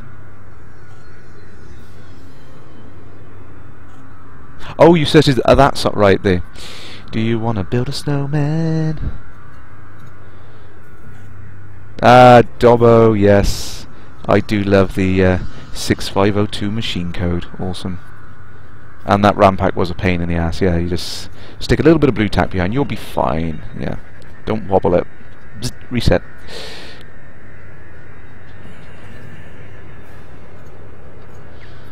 Do I think it's annoying that yeah, kids don't get taught programming languages and things like that? I absolutely hate it. It's one of the reasons why I got in early and bought a Raspberry Pi. I think what David's doing with the Raspberry Pi Foundation is absolutely fantastic. I really want to see, you know, the education community kind of pick that up and run with it. It's a real shame that, you know, what gets away with education in computers these days is, you know, how to use a word processor or a spreadsheet. That is just awful to me. That's, you know, it's not showing you anything about computing at all. Hate that. So yeah, absolutely fantastic what you're seeing in the Raspberry Pi space right now. Love it. Which is why I bought my son one, and he loves it to pieces. Someone shooting at me. Find somewhere to hide. And I just starting to catch up with the chat as well. Right, let's park it here. It's going to be awesome when you can do things like that, to park and hide like that. Or you can do it now, when you can do it for real. Yeah, do I have any idea how long the premium beta is planned to last? Not much longer, I don't think. I'm pretty sure the next release is going to be this summer, so not much longer. That was the line we had to give it E3, it was that the next release would be summer, so. And Takeo, yeah, I would have loved a proper programming course at school. It was a real shame that, you know, I mean, one of the things I was given was the option to do like a ECDL, European Computer Driving License, and some other things like that, which basically just typing skills and things like that, and that just really annoyed me. That was about the highest thing I could opt into. I never did it because it just irritated me. Well, there is Impulse B. Will it be possible to run around on the planets later in the game? After the initial release, there are expansions planned. One to go EVA, i.e. get out of the seat of your ship and walk around inside things, space stations, other ships, your ship, all that. And the other expansion is planetary landings, which I'm really looking forward to. But yeah, they are going to be big and in-depth, and there's going to be lots to do. You know, go into different locations and things like that. What I might do in terms of going to different locations is go somewhere safer, so that I can catch up with the chat. I might just safer, so he picks the anarchy system. Hey, there we go. That's my logic for you. Let's get away from there. Cannot wait for the planetary landing stuff. That's gonna be immense fun. Factor of 6. Come on, let's get further away.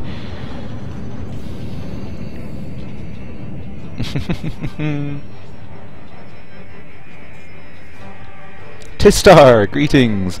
I think I done a great job. I hope I done a great job. I tried my best to represent you guys, and I'm pretty sure everyone come away from that wanting to buy Elite Dangerous. So nice. Let's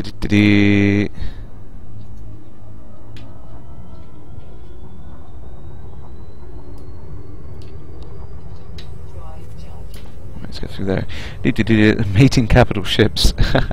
Yeah, that's a known issue at the moment. It's something to do with like multiple player instances arguing over who has authority, but it's a known thing and it's going to be fixed, so don't worry about that. Am I going to frame my E3 t-shirt? I have actually got 3 of them.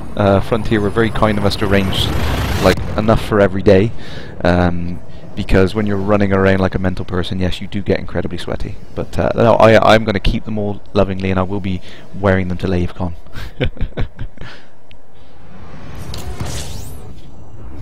Oh, a friend of yours has been learning C++ for the last 2 years. 15-year-old.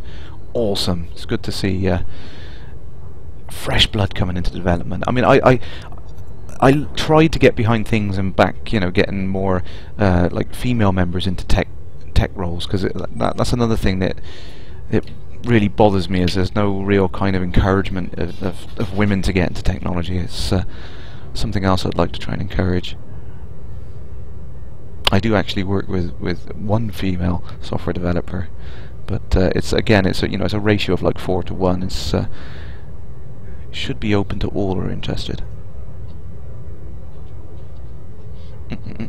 C++, yeah, you're right there, Petrus. Poor kid. That's a heck of a learning curve. Right, dump him into the deep end. I mean, I do a little bit of C++ still for like stuff which is, you know, performance optimal. You know, I have to do like, you know, GPU code and stuff for rendering parts of my engine or whatever. But you know, I do tend to write a lot in C# because it's just so much easier to prototype stuff out in C#.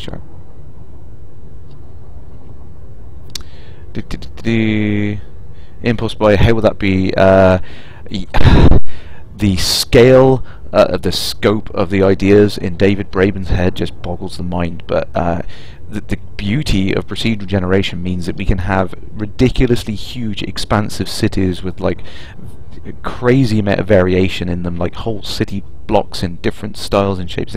There's so much you can do with procedural generation. It's going to be awesome.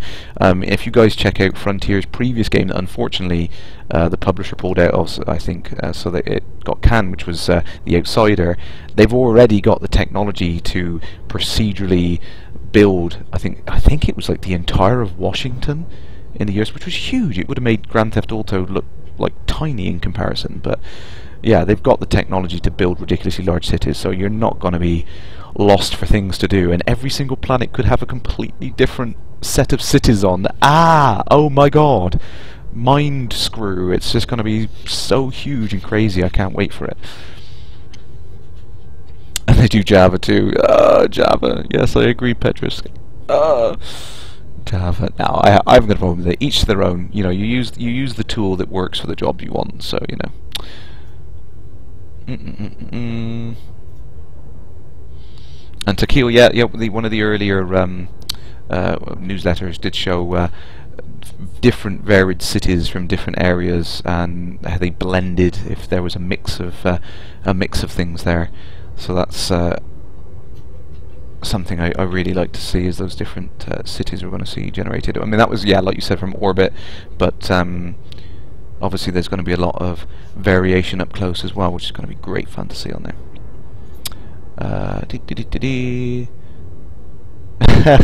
Still learning C++.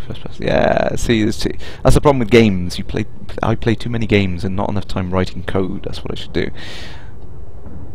Oops, I'm gonna crash, and not in a good way.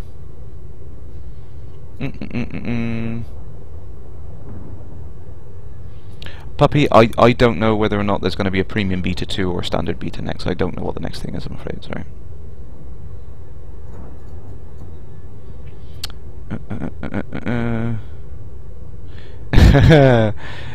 Sharpshifter, you're right, yeah, my mind, it just goes crazy with all the possibilities of what you might see in Planetary Landing. I can't wait for it. Absolutely agree with you.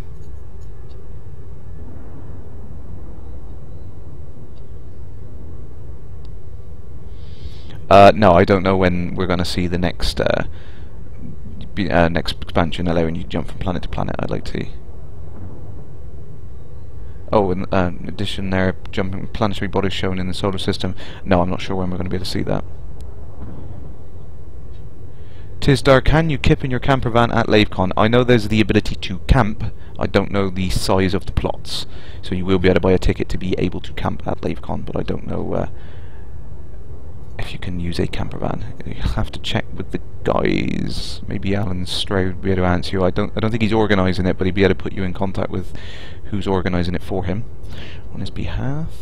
Use Python for prototyping. Yeah, that's a good language for doing those sorts of things in.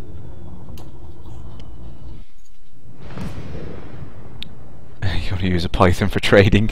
Nice, Phoenix. Yeah, I'd like to see the Python. C#, yeah, C#. Great language, simple, easy, powerful, and they're constantly improving it and making the runtime faster for it as well. So you can pretty much do things in it now as fast as you can do in C++.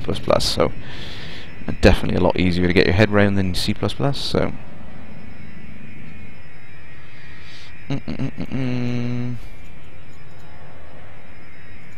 Assembler is the way to go. High five, Dasdwin. Yes, assembler. I do love touching assembler every now and then. I can't help myself going back onto old projects and tweaking around with things. I did do some Z80 demos just because I wanted to. You know, the old scrollers and screen wipes and things like that. Love that stuff.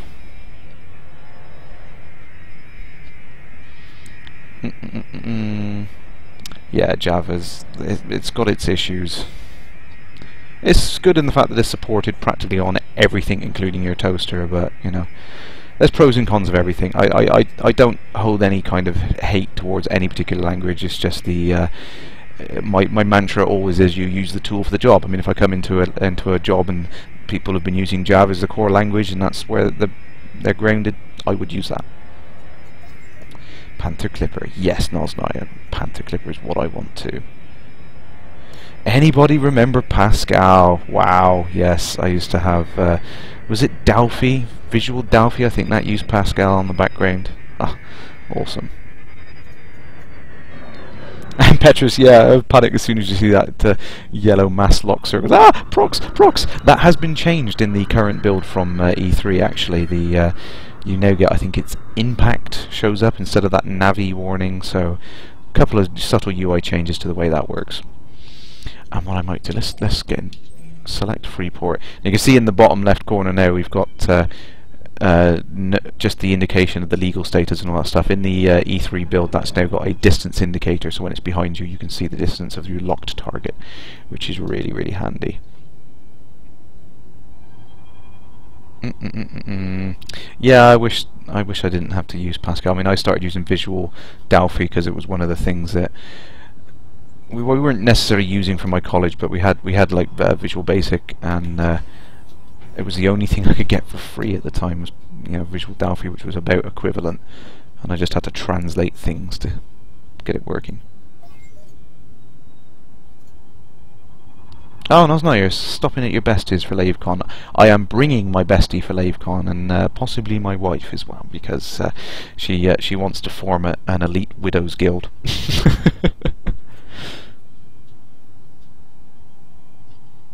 Right, as we are coming up, I think probably actually we've gone over the 2-hour slot, but what I'm going to do, I am going to line up for a speed run, and you guys are welcome to time this. I'm going to do one more speed run. into the station. Come on. There we go. 5,000 meters exactly. Whoops. Good job. I'm out of weapons range there. Let's get this station behind me. We're gonna do a speed run. Request docking. Yeah, you can see on the compass there the dot turns small at the moment. In the E3 build, the dot was turning hollow at that point, so that you knew things were behind you. That was another little improvement, which is good. Ready, and in 3, 2, 1, go!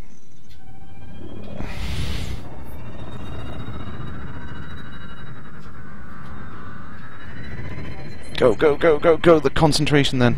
Boost. Spam that boost button. Come on. Come on. Get in there. Landing gear down. Landing pad 4. Go, go, go! Let's get in there. Speed dock to end the show. That was a really terrible thing, but good job I slowed down because it was right there. Down, down, down, down, down. Go, go, go, go, go, go, go, go, go. No, sideways, backwards, crash. No, I'm just terrible. I'm terrible. That was absolutely awful. I'll have to get Frontier to send me the footage of me and Adam Woods doing the speed docking. That would be awesome. I was better than that, honestly. Well, thank you guys for watching. It's been great as always. Great to catch up with you and answer your questions. And hopefully I answered everything from ET. It was a fantastic experience. Thank you again to everyone at Frontier. David, Ali, Joe, Adam, Alison. I'm sure I forgot Gwen, Dr. Wookie, everyone was there. It was a blur. Dave Walsh, thank you. All you guys were fantastic. It was a wonderful experience. I would gladly do it again in a heartbeat, even though I'm exhausted. But yeah, I would absolutely do it again tomorrow. So thank you all. Thank you guys for watching. I'll see you again next week. Hopefully on the 20th we will have Dr. Wookie, and at some point then I can get Gwen on the show as well. So thank you very much for watching. We'll see you soon, Commanders.